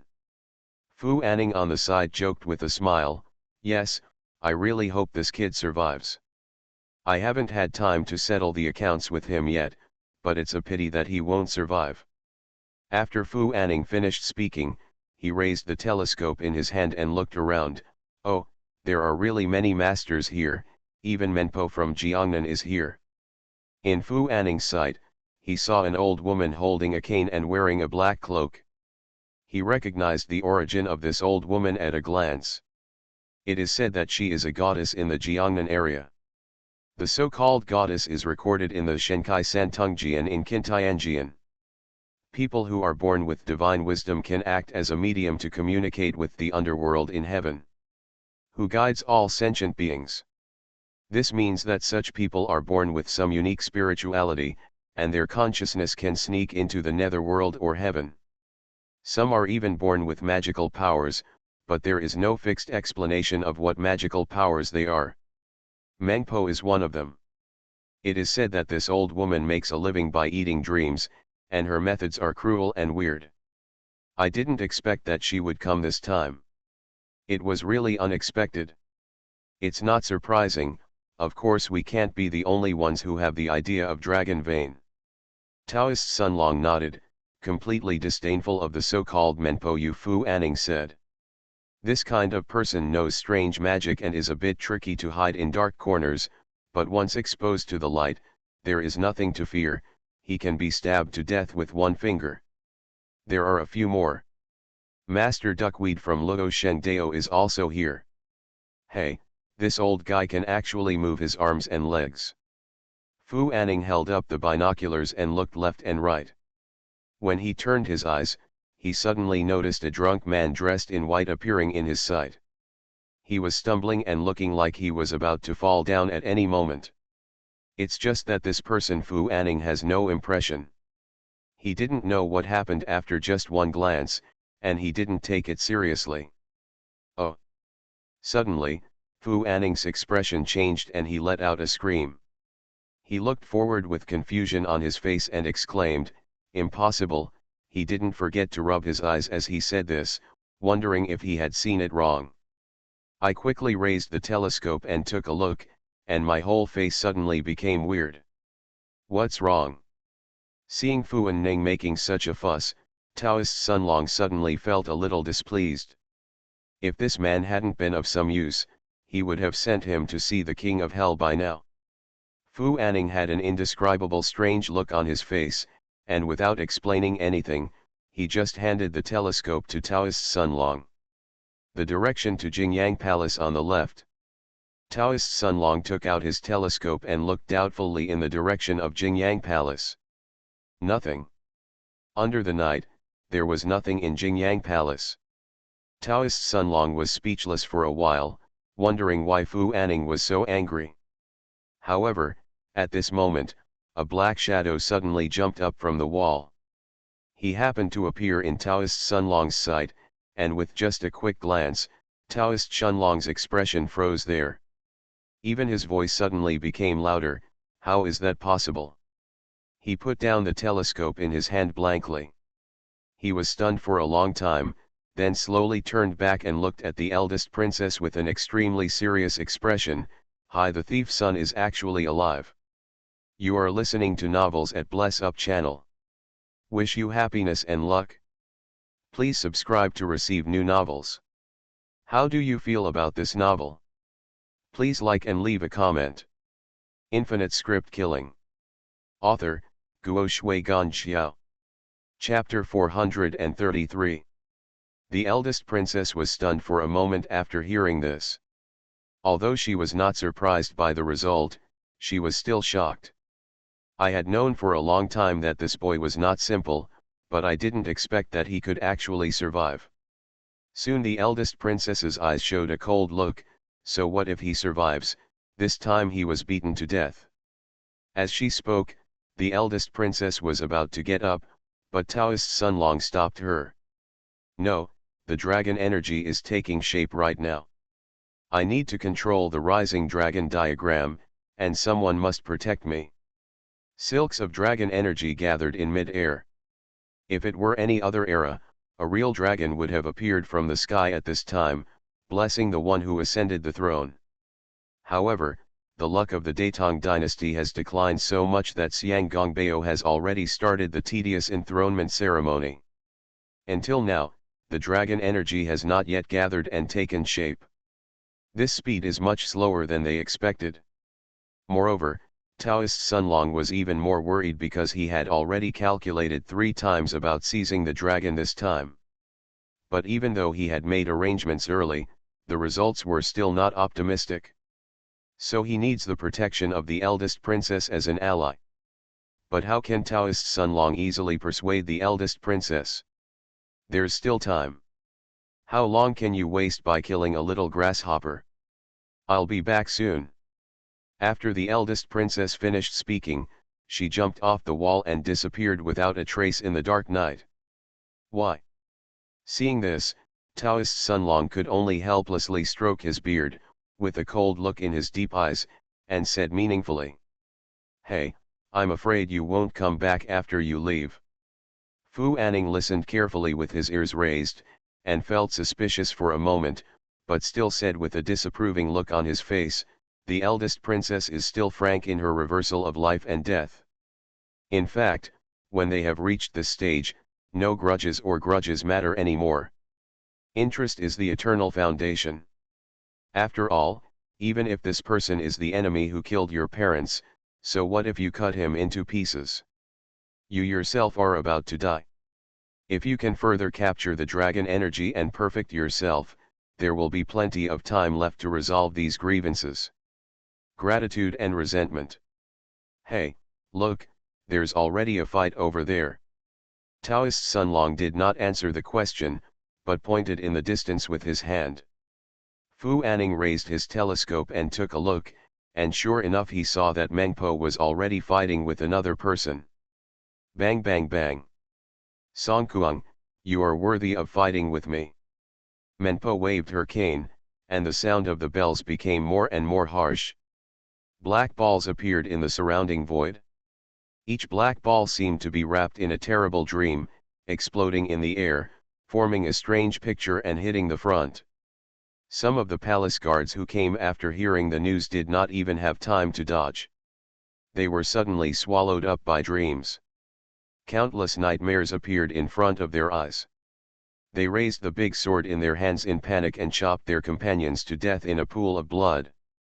Grandma Meng, I respect you as an elder, but I am bound to gain the dragon energy. The middle-aged man named Songkuang was not afraid of the black dream in front of him. He held a flute in his hand. When the flute was swung, visible ripples rippled in the air, shattering the dream surrounding him.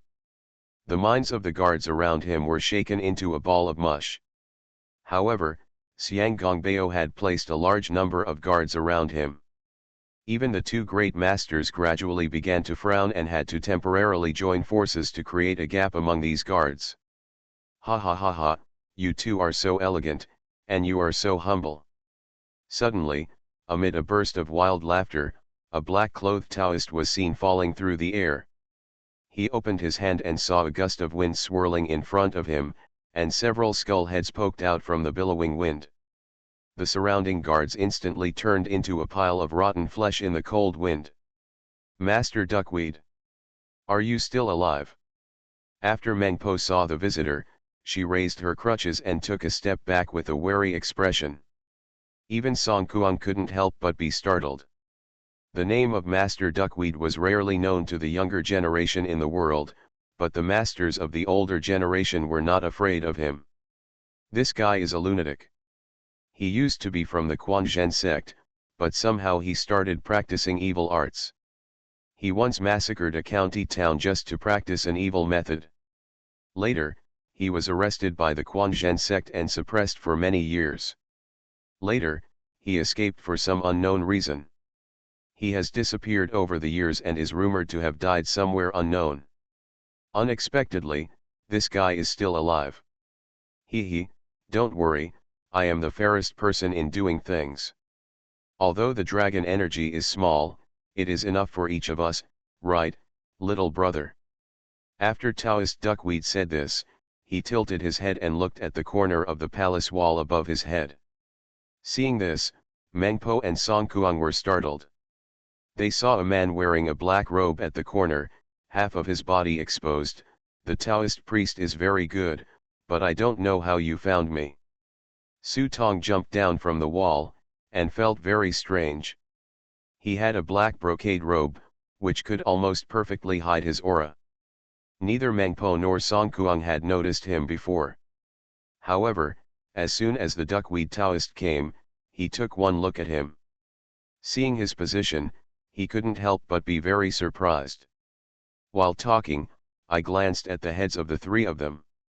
They were all at the level of great masters, and their luck was different, but overall their luck showed an upward trend. Pandeo was born in the Quanzhen sect and has been practicing Quanzhen Yikigong for many years. Although my little brother is well hidden, he can't hide it from my eyes. Taoist Duckweed grinned and spoke with a smug look that was annoying, but Taoist Duckweed did have such qualifications. After all, he was born in a famous family and also practiced magic skills. He could be said to be a master of both good and evil. Looking at the cautious attitudes of Mengpo and Songkuang, you can tell how wary they are of this guy. It is said that the headmaster of Longmen Quanzhen sect has also left the mountain. Senior, you should take care of yourself. Song Kuang whispered. Ha, you're talking about that little brat Yishan. Don't say he didn't come.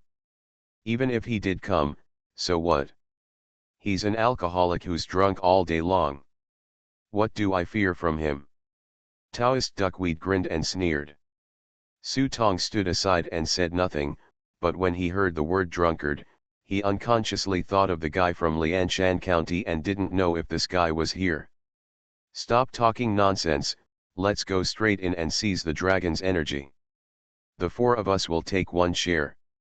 Anyone who dares to come will be killed without fail. Taoist Duckweed waved his hand and said, in his opinion, not to mention Mengpo and Song Kuang, they were already notorious in the world. As for this young junior, with his own discerning eyes, he saw that this kid was full of devilish aura, and he was not a righteous gentleman no matter how he looked at it. Mengpo and Song Kuang had no objections to this. Su Tong was about to speak, but before he could speak, his brows suddenly tightened and he looked to the side with slanted brows. The smile on Taoist Duckweed's face froze, and his expression suddenly became serious. At the end of the corridor, I saw a man in a gorgeous dress, with a stern expression on his stern face. The ghost is still here. The person who came was none other than the eldest princess. Although he came here to seize the dragon, he did not expect that the eldest princess would kill him so quickly. I will feel uneasy if you don't die. The eldest princess looked at Su Tong up and down, with a strange look in her eyes. Grand Master. What a coincidence, I just said what you said before, it's no longer new. Facing the eldest princess, Su Tong showed no fear on his face this time. After understanding his master's true thoughts in creating Beishan Cow, Su Tong already felt confident. The top three flowers, to put it bluntly, are just a little better than the Grand Master. Ahem, since you two have something to say, we won't interrupt. Taoist Duckweed, who had looked arrogant and domineering just now, changed his face when he saw the eldest princess. He had cultivated Dharma eyes, so he could naturally see the depth of the eldest princess. His heart skipped a beat, and he immediately wanted to keep a distance from Su Tong. However, the eldest princess glanced at Taoist Duckweed and shook her head. No, killing one is killing, killing two is killing. Since we have met, I will send you on your way together. For the eldest princess, since they are all here to plunder the dragon energy, there is no difference at all between killing one or two. Taoist Duckweed and the three others' expressions darkened. After exchanging glances with each other, Taoist Duckweed suddenly raised his sleeves, and a dark wind blew in. The 12 holes inside let out a low roar and charged towards the eldest princess. The eldest princess laughed when she saw this, and despite the black wind skeleton swirling around her, Taoist Duckweed's 12 blood-transforming gods were of no use at all. It's a useless skill. It's a pity that you didn't practice all the mysterious knowledge, so you have to go around in such a big circle. Taoist Duckweed twitched his face, saying what he said was exactly the same as when his master taught him a lesson, but he didn't like the Quanzhen teaching's golden elixir technique. I thought the master would say this, but I didn't expect that the mysterious woman in front of me would also say this. With horror in her heart, the eldest princess suddenly flew forward, opened her hands, and a black light bloomed on her fingertips. Without knowing how to do anything, the dark wind in front of her eyes tore apart, and 12 skeletons exploded to pieces. Then it turned into a black shadow and rushed toward him. Run! Taoist Duckweed was shocked. He didn't expect the gap to be so big. He wanted to run away as a dark wind rose under his feet. Po Meng and Song Kuang were already frightened to death.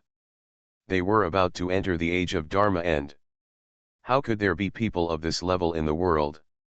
The three of them ran for their lives, but at this moment, a figure walked in the opposite direction. This kid doesn't want his life. Seeing Su Tong leaping past them, the three of them were horrified, but their feet speeded up. When facing a tiger, You don't need to run faster than the tiger, you just need to run faster than your companions. Since some people sacrifice their lives for justice, they would not be polite. Looking at Su Tong, who was facing her, the eldest princess's eyes shone brightly. Even if she became a grand master, she would still be just an ant in front of her. However, Su Tong's eyes at this moment were not timid at all, and both of them had a cold and unruly look in their eyes. Demon power. Su Tong punched hard, and dark blue flames exploded in the darkness. The terrible high temperature distorted the surrounding air.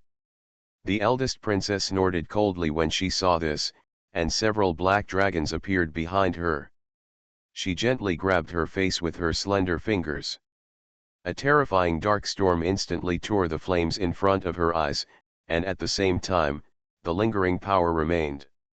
Tear the figure behind the flames into pieces. Boom! Countless pieces of broken paper turned into powder in the air. The eldest princess frowned.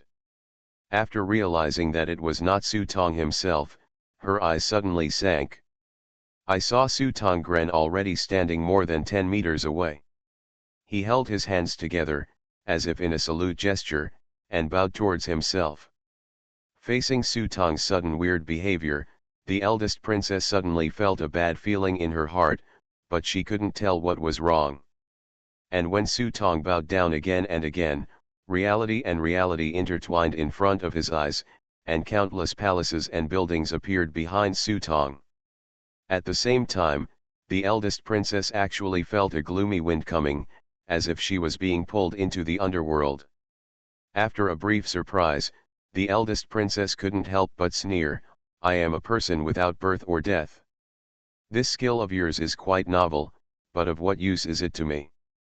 After saying that, I saw the roar of dragons behind the eldest princess, and a black dragon emerged from the hole above the eldest princess' head, waving its claws and pulling towards the nothingness in front of her. Tear. The space in front of him was suddenly torn apart by two huge holes. "Didn't your master tell you that between Grand Master and Grand Master, the battle is about chi and fate? What can you use to fight against me?" Su Tong was silent when he heard the words, but slowly raised his hand and bowed forward again. Rumble, rumble. Suddenly, there was a burst of galloping cavalry in front of me.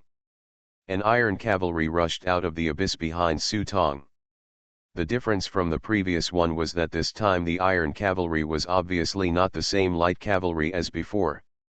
On the contrary, it was covered with black heavy armor, and even the horse's mouth and nose had water flowing out of it.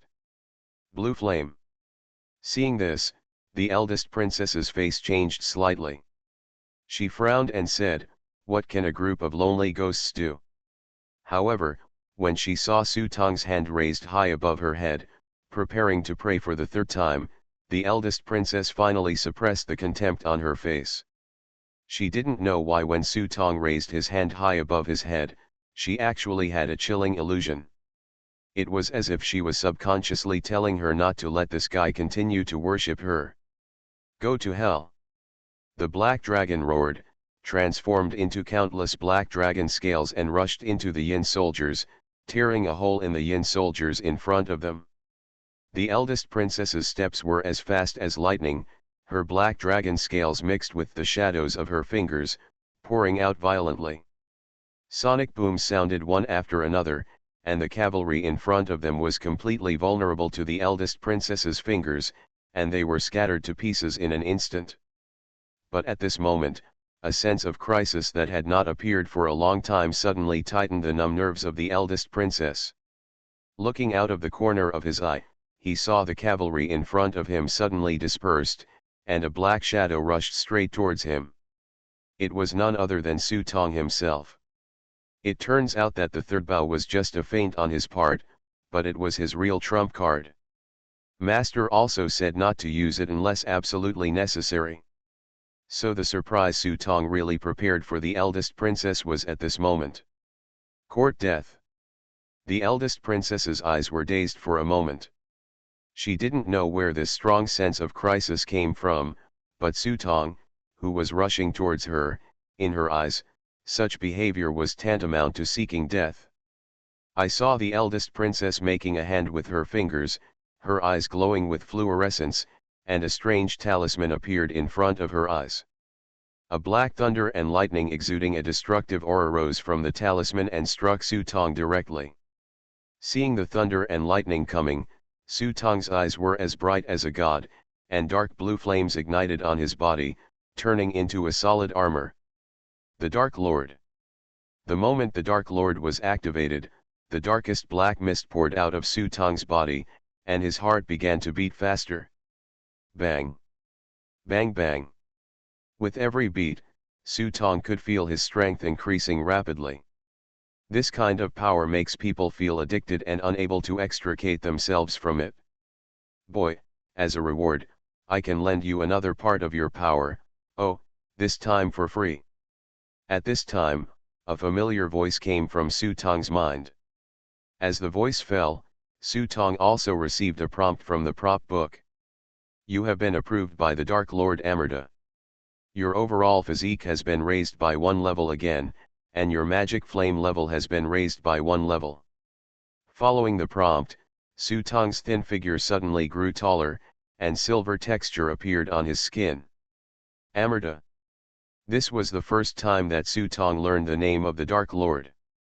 As for the free thing, he said, haha, whoever believes it is a fool. Possessed. Seeing the sudden change in front of her, the eldest princess's pupils shrank. She didn't expect that Su Tong, who had been separated for less than 3 hours, would have such an explosive increase in strength when he appeared in front of her again. This went against all common sense, she knew. Even if falling into the devil's path can greatly improve one's strength, the progress cannot be that strong. Moreover, most of those who are possessed by demons have incomplete minds, are not conscious, and only know how to kill wild beasts. In front of him, Su Tong's eyes were as clear as water, as if he was not affected at all. Did those gods really help him at all costs? Why? Yes, why? The more the eldest princess thought about it, the harder it became to accept it. When she was very young, she learned that the dynasty was destined to be destroyed. She once prayed to the gods and prayed to all the gods in the sky. As long as she could prolong the dynasty's destiny, she would be there even if both her body and soul were destroyed. No matter what, he could even ask his father to issue an edict to erect a statue of this god and worship him as the national god. But what he got was indifference.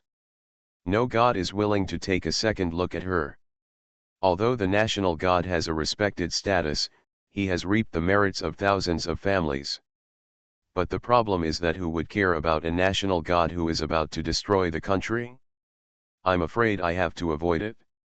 As for all the costs she mentioned, in the eyes of the superior gods, what do they mean? The rice grains are just pearl scent. It was the attitude of the gods that made her see her destiny clearly and choose a way that no one had ever dared to think of to become like this. But what does this man in front of me mean? It actually made the gods want to save him at all costs, and also caused his strength to increase dramatically. The eldest princess was jealous inside. He was so jealous that he wanted to beat this guy to death to see if the gods could still save him. However, at this time, what shocked the eldest princess was that with the activation of the Dark Lord, the magic flames on Su Tong's body turned from dark blue to a vermilion. The power of the Demon King can increase the level of the demon flame by 1 level. The Dark Lord can not only increase his physique by 2 levels again, but also increase the level of the magic flame. Coupled with the extra gift from Amarda, the vermilion magic flame exuded a strange evil spirit, and a terrifying demon flame storm erupted under the interlacing of Su Tong's palms. Infinite Script Killing. Author, Guo Shui Gan Xiao. Chapter 434. On the turret, Taoist Sun Long's face changed slightly, his eyes flashed with fluorescent light, and he looked into the distance. Without the help of a telescope, he could see through the reality at a glance from 1,000 meters away. How could this happen? Not to mention him, The violent vibrations could be felt by everyone else in the palace, even Fu Anning. Fu Anning's face suddenly turned bright and dark. I regretted even more why I didn't kill this kid in Lianshan County.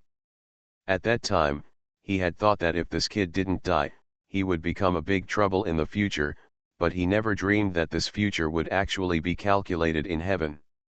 What's even more frightening is that a person like the eldest princess with flowers on her head has not been able to kill him until now. Even if the eldest princess only has one flower on her head, it is still the embodiment of Dao fruit. Supposedly, killing a great master is just a snap of the fingers, but why do you feel that the situation is getting worse now? Chief Immortal, otherwise. Fu Anning originally wanted to suggest that Taoist Sunlong take action himself. But Taoist Sunlong seemed to have guessed what he was going to say, and interrupted directly, "The dragon's energy is about to be completed, and I can't be allowed to leave at this time." After saying that, Taoist Sunlong glanced at Fu Anning, "You go." Fu Anning was stunned when he heard this, and almost slapped himself in the mouth. Why did he slap him so much out of thin air? My injury has not healed yet. Joining hastily will only drag down the eldest princess. I think we might as well wait and see. Fu Anning quickly gave in. He didn't want to go. The shadow of Lianshan County from the last time was still over his head. At that time, this kid was only at the level of a half-step master. Now he has become a grand master. It seems that he really has no confidence that he can deal with him. When he thought of the cold eyes under the abyss, Fu Anning felt a faint pain all over his body. Seeing this, Taoist Sunlong didn't force him, but he inevitably began to murmur in his heart. Is this kid the reincarnation of a certain god, or is he related to a certain god? And how did he break through the Grand Master? The time for the elixir I gave him has not come yet. A series of questions swirled in Taoist Sunlong's mind. After thinking for a moment but failing to come up with a reasonable explanation, Taoist Sunlong felt for the first time that Ma Hongwen, whom he had always thought he had seen clearly, had become mysterious again. There must be a shocking secret behind this kid. But no problem. After today, even if he hides an earth-shattering secret, he is destined to turn into a speck of dust in history. Thinking of this, Taoist Sunlong took out a small compass from his arms and put the compass at hand. Seeing that the dragon energy in front of him was getting stronger and stronger, he slowly took out the rising dragon picture from his sleeve. Then he took out 2 more jade bottles. These bottles contain the blood of Su Tong and the pretty Xiao Feng. I saw Taoist Sunlong opening the jade bottle, gently raising his fingers through the jade bottle, and a drop of blood flew out from inside. Go. The blood droplets swirled in the air, and then fell impartially into the golden dragon's blank eyes. Extreme flame turbine. The vermilion flame exploded and formed a large fire blade that flew out. After several upgrades, the demon flame truly showed its domineering and terrifying side. After the eldest princess took it hard several times, she found that dark red scorch marks appeared on her fingers, and her skin was like ignited charcoal. From time to time there would be flashes of vermilion fire. The result of Ember's passive effect being triggered. Passive skill 2, Yin. When the target is damaged, there is a 10% chance of triggering bone fire. Note: bone-attached fire is not a special item and cannot be dispelled. It will continuously burn the opponent's flesh and blood, making the wound unable to heal and worsening over time. What frightens the eldest princess the most is that the magic flames not only burn her body, but also seem to faintly consume her luck. This time the eldest princess did not dare to take a hard hit anymore. After retreating to avoid Su Tong's attack, she flew back. Pointing his toes, the figure floated backwards lightly, obviously very slowly, but the space seemed to be separated and twisted layer by layer at this moment, as if the distance was being stretched infinitely further layer by layer. But how could Su Tong give her a chance? When they meet on a narrow road, the brave will win. The fight is not about who is stronger, but who will definitely win, but about who dares to fight hard. Seeing the eldest princess flying back, Su Tong held a ball of rich demonic flames in his left hand, and took out a small gourd from the prop book in his right hand. He started with the cold iron gourd. There were only 10 points of energy left on it. He flicked the gourd plug open with his thumb. A frantic cold wind spurted out from the gourd's mouth. Blowing blade knife. After consuming 10 script points, you can pull out the gourd plug and aim it at the target, and you can perform a wind blade breath. Consumes 10 energy points per minute. The magic flames and the gourd mouth overlapped, and the biting cold wind suddenly turned into a terrifying firestorm more than 10 meters long. It expanded more and more in the water vapor evaporated by the cold wind, reaching the limit of its power. In an instant, the twisted and layered spaces in front of him exploded in the sea of fire, revealing the true form of the eldest princess. However, at this moment, the eldest princess lightly slapped her forehead, and saw black smoke rising from the air above her head, turning into a black pool behind the eldest princess. Demonic flames surged for a moment, but disappeared as soon as they entered the pool. Countless skeletons appeared in the black water pool and made miserable sounds of struggle.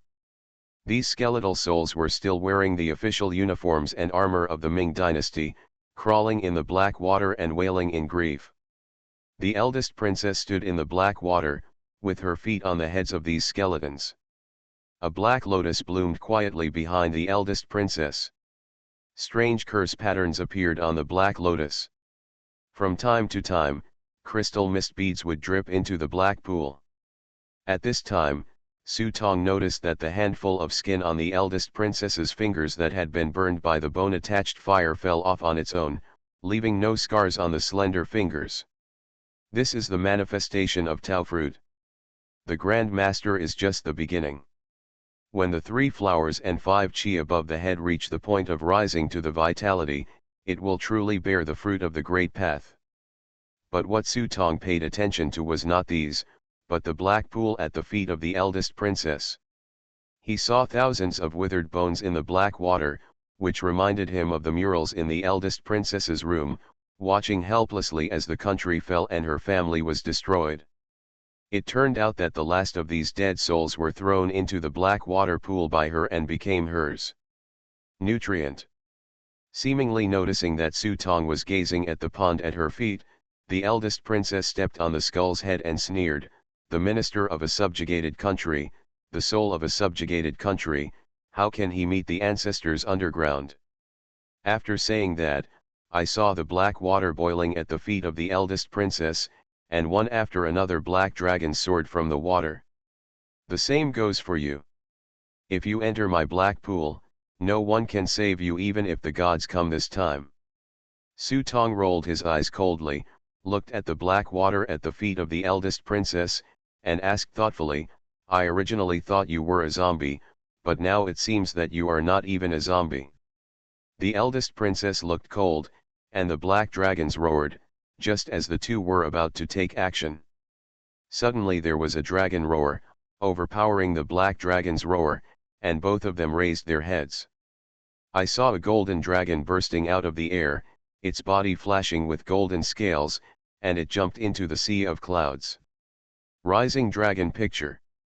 I saw the golden dragon rising, and the dragon energy that had just gathered flew into the golden dragon as if it was attracted by the appearance of the golden dragon. The golden dragon scales that have absorbed the dragon's energy shine with strange light, and the might of the dragon fills the air, as if a real dragon has come to the world. The expressions of Su Tong and the eldest princess changed drastically. They saw that the magic flames on Su Tong's body began to extinguish quickly, and even the reality summoned by Bashan Cow began to collapse. The black dragon on the princess's black water collapsed rapidly, and the black water pool under her feet shrank into a small pool of water in a blink of an eye. This scene was obviously beyond the eldest princess's expectation. Who would have thought that Wu Daizai's painting skills could reach such a level, that a little bit of dragon energy could really manifest the power of a true dragon? Headmaster, long way. The three big girls in the hall trembled under the dragon's power. They called themselves Sienur, but in the final analysis they were just beasts that had become spiritual and ate some incense. Facing the real dragon, it was like a mouse seeing a cat, lying on the ground, paralyzed. The power of the dragon is like prison, and the grace of God is like the sea. The golden dragon that has acquired dragon energy is like a 9-day divine dragon at this moment. The dragon's power is invisibly emitted, forming a strong sense of oppression on the creatures on the earth. How so? The entire dragon's power shrouded the forbidden palace and became stronger and stronger. Even some strangers hiding in the palace immediately discovered that their skills were greatly reduced and all their magic techniques failed. At the same time, Su Tong received a reminder from the prop book. The main mission is completed by historical participants. Side mission 4, Jianghu Predators, killed at least 3 Jianghu strangers, the mission failed, and 6 hours of extra time were given. Side mission 5, Treasure Hunting, obtain treasures with a total value of more than 1000 script points. Determining, mission accomplished. Due to the failure of your side mission, you will receive a 6-hour penalty bonus. You will not be able to leave the world of the scenario within 6 hours. Since you cannot leave the world of the scenario during the dragon capture period, and you are within the scope of the side task of capturing the dragon, you need to complete the side task of capturing the dragon before you can return early. Looking at these prompts, the corner of Su Tong's mouth twitched slightly. Sure enough, although the main task of the script this time was simple, there was a pitfall at the beginning. And he was sure that this was just the beginning. Fortunately, it didn't affect me much, but I don't know what happened to the two boys, Gao Zhou and Wang Zheng. Just when he was still worried about Gao Zhou and Wang Zheng, the eldest princess saw that the demonic flames on his body had been extinguished, and a cold light flashed in her eyes. The suppression of Long Wei was not good for her, but it was also more bad for Su Tong. She made a move with her fingertips, and the remaining black water under her feet quickly condensed into a black water sword in her palm. The sword's edge was like lightning, and it pierced Su Tong's throat. Even if there is dragon power to suppress you, you will not escape death today.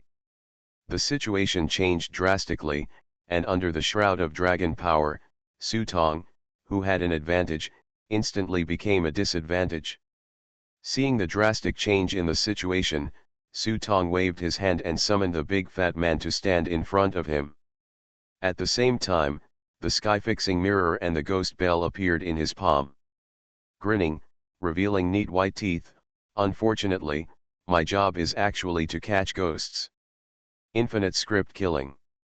Author, Guo Shui Gan Xiao. Chapter 435. As he finished speaking, Su Tong shook the bell on his hand. At the same time as the bell rang, the star-eye tribulation on his finger also flashed a strange light. Skill, powerful amplification. By consuming 20 script points you can choose an ability, only prop card skills, to enhance, and obtain a temporary 1-level enhancement effect. Ding dong dong dong. The evil voice sounded, and the voice became more and more harsh.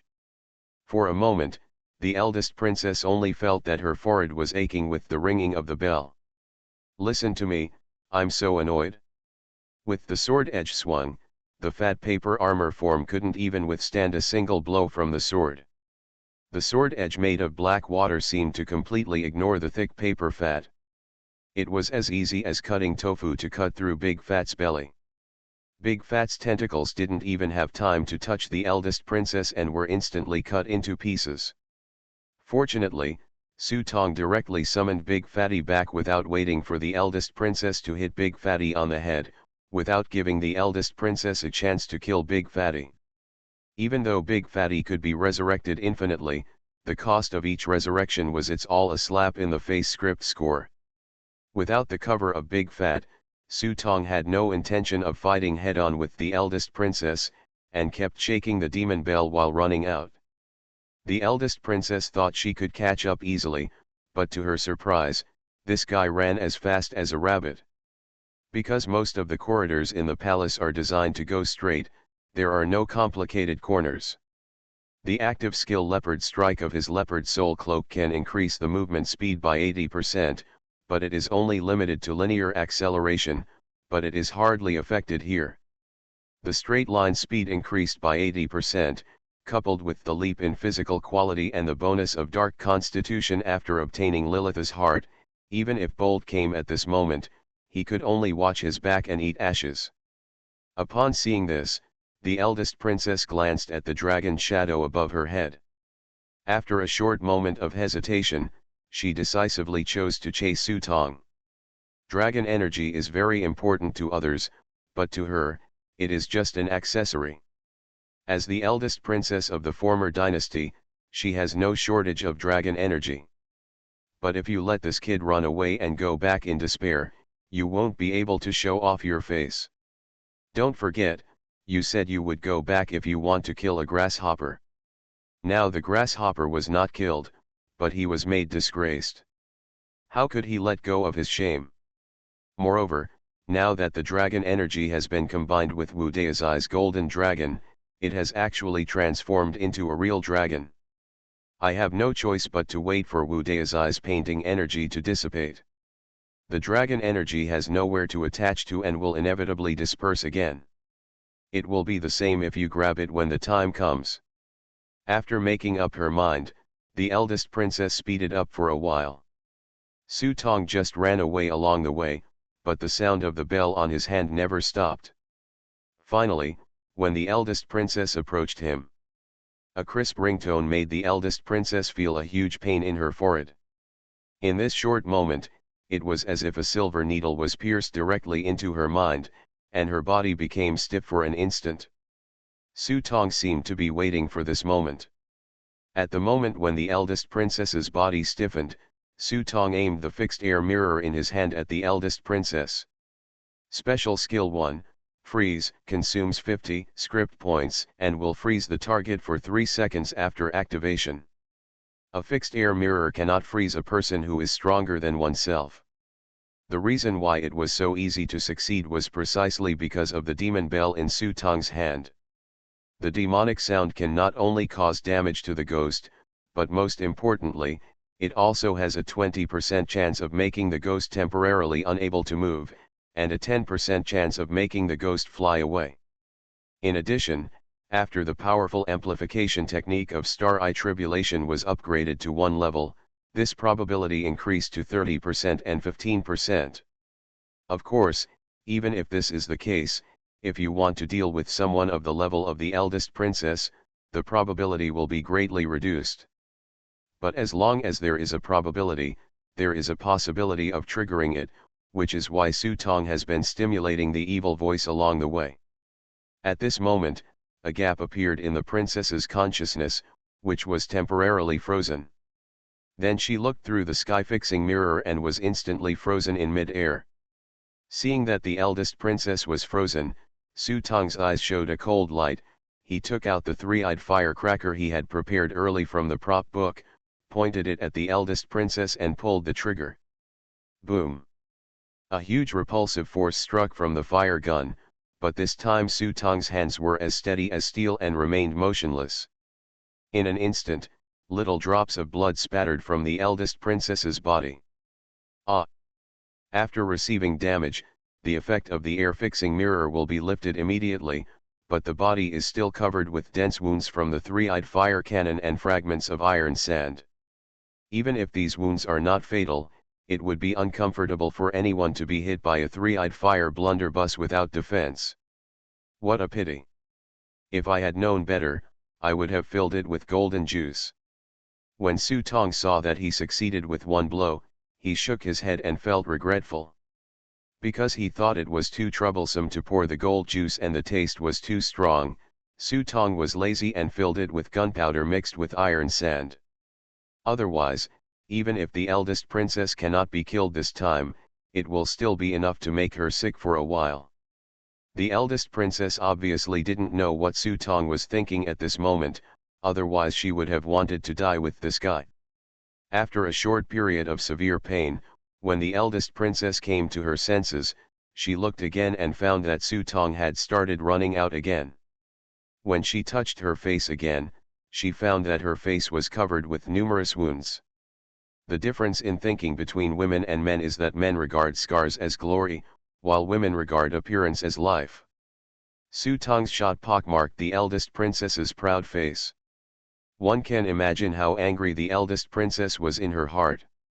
When the eldest princess raised her head again, her eyes were filled with blood. She didn't curse, but she tightly clenched the black water sword in her hand. Even though Su Tong had already ran out more than 10 meters away, he could still feel the terrifying murderous aura behind him. If eyes could kill, I'm afraid he would have been cut into pieces by now. The black water sword was swung down by the eldest princess. The blade was stretched by more than 10 meters in an instant. It was thinner than paper, but its lethality was still astonishing. When the sword was swung, it cut into pieces on the high vermilion wall. Make a hair-thin incision. If Su Tong hadn't been able to hide quickly, he would have invited Xie, Fan, and Bao back at this time. However, Su Tong was obviously too happy. Seeing that the blow missed, the eldest princess flicked her wrist, turned the long sword into a whip, and whipped it towards Su Tong like a violent storm. Seeing that the situation was not right, Su Tong's expression dimmed, and his feet suddenly began to accelerate, leaving after images of his figure in the air. Colorful drama. It consumes 12 script points. After activation, you will gain a color step. You can enter a semi-invisible state while moving and leave an afterimage to confuse the opponent. This is the active skill that comes with Master of Colorful Play. After being activated by Su Tong at this time, the effect is really good, because the body is semi-invisible and the afterimage behind her is confusing. The princess's whip is always slower than Su Tong's. One step can often only hit the afterimage. Just continuing is obviously not the answer. When will this thing go away? If it doesn't go away, we will be in trouble. Su Tong looked up at the golden dragon above his head. This thing had become the eldest princess's amulet. Now he couldn't do anything to her, and it was difficult for ordinary methods to cause enough harm to her. Just when Su Tong was worried that his methods were not enough, suddenly Len Buting's foot slipped and he stumbled. After losing his balance, his body fell forward. Fortunately, Su Tong found his center of gravity in time, put his hands on the ground, pushed hard, and made a forward somersault to avoid the bad luck of the dog eating shit. When I looked back, I was stunned. Why you? An arm slowly stretched out from the ground and waved towards him. Hey, let's have some wine.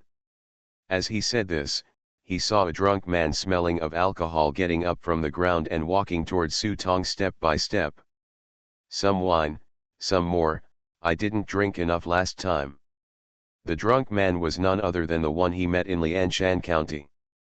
Su Tong knew that he was an expert, but after the conversation was unsuccessful, he forgot about him.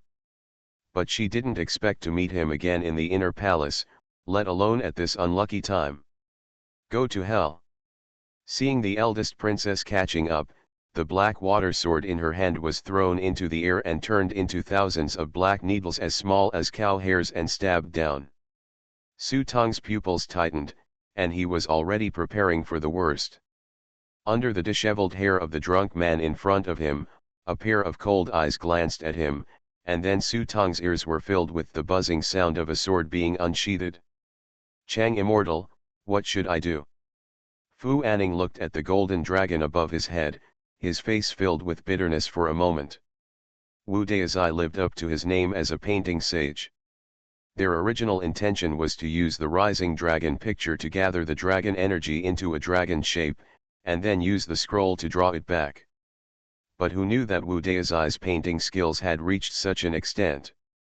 The golden dragon was contaminated with the dragon's energy, and it was so fake that it was fake, which really caught them all off guard. Taoist Sun Long was not anxious about this, he just sighed that the painting skills of a generation of painting saints could reach such a superb level. I have seen Shi Tao's painting skills, which have reached a state of endless change. I thought he was not too far behind Wu Daizai, but I didn't expect it to be so different. The Shi Tao Palace you mentioned also has his paintings. Emperor Qian was very fond of his paintings in his early years. Qian Huang likes it? Then it's useless. While the two were talking, Taoist Sun Long's heart suddenly jumped, and an extremely strong uneasiness swept over his heart. Immediately afterwards, he saw a straight sword light rising from the ground. The sword's edge was like an arcing moon in the night sky. After splitting the night, it struck the golden dragon's head. Ouch! The sad sound of the dragon's roar echoed across the 9 heavens, and the whole world seemed to be quiet for a moment. Everyone stared blankly at the golden dragon falling from the sky. For a moment, everyone was so frightened that their faces turned pale. Even Taoist Master Sun Long was frightened, breaking out in a cold sweat. You are listening to Novels at Bless Up channel. Wish you happiness and luck. Please subscribe to receive new novels. How do you feel about this novel? Please like and leave a comment. Infinite Script Killing. Author, Guo Shui Gan Xiao. Chapter 436. The mournful wails echoed throughout the sky, seeming to affect everyone's hearts. I saw the sword flash across, and the dragon's head was actually split into a crack. The crack continued to extend, and everyone's heartstrings were also pulled into their throats. Chunyang Sword Code.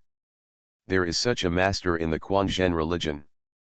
Taoist Sun Long felt a trace of panic in his heart. The Quanzhen sect had been in decline for many years. Earlier, the Daitong dynasty favored Buddhism far more than Taoism. If Emperor Shun had not become a monk later, which caused Daitong dynasty to dislike the relationship between Buddhism and Emperor Kangxi again, it would have given the Quanzhen sect a chance to revive. However, it was only a small sign of revival. Micro-decay.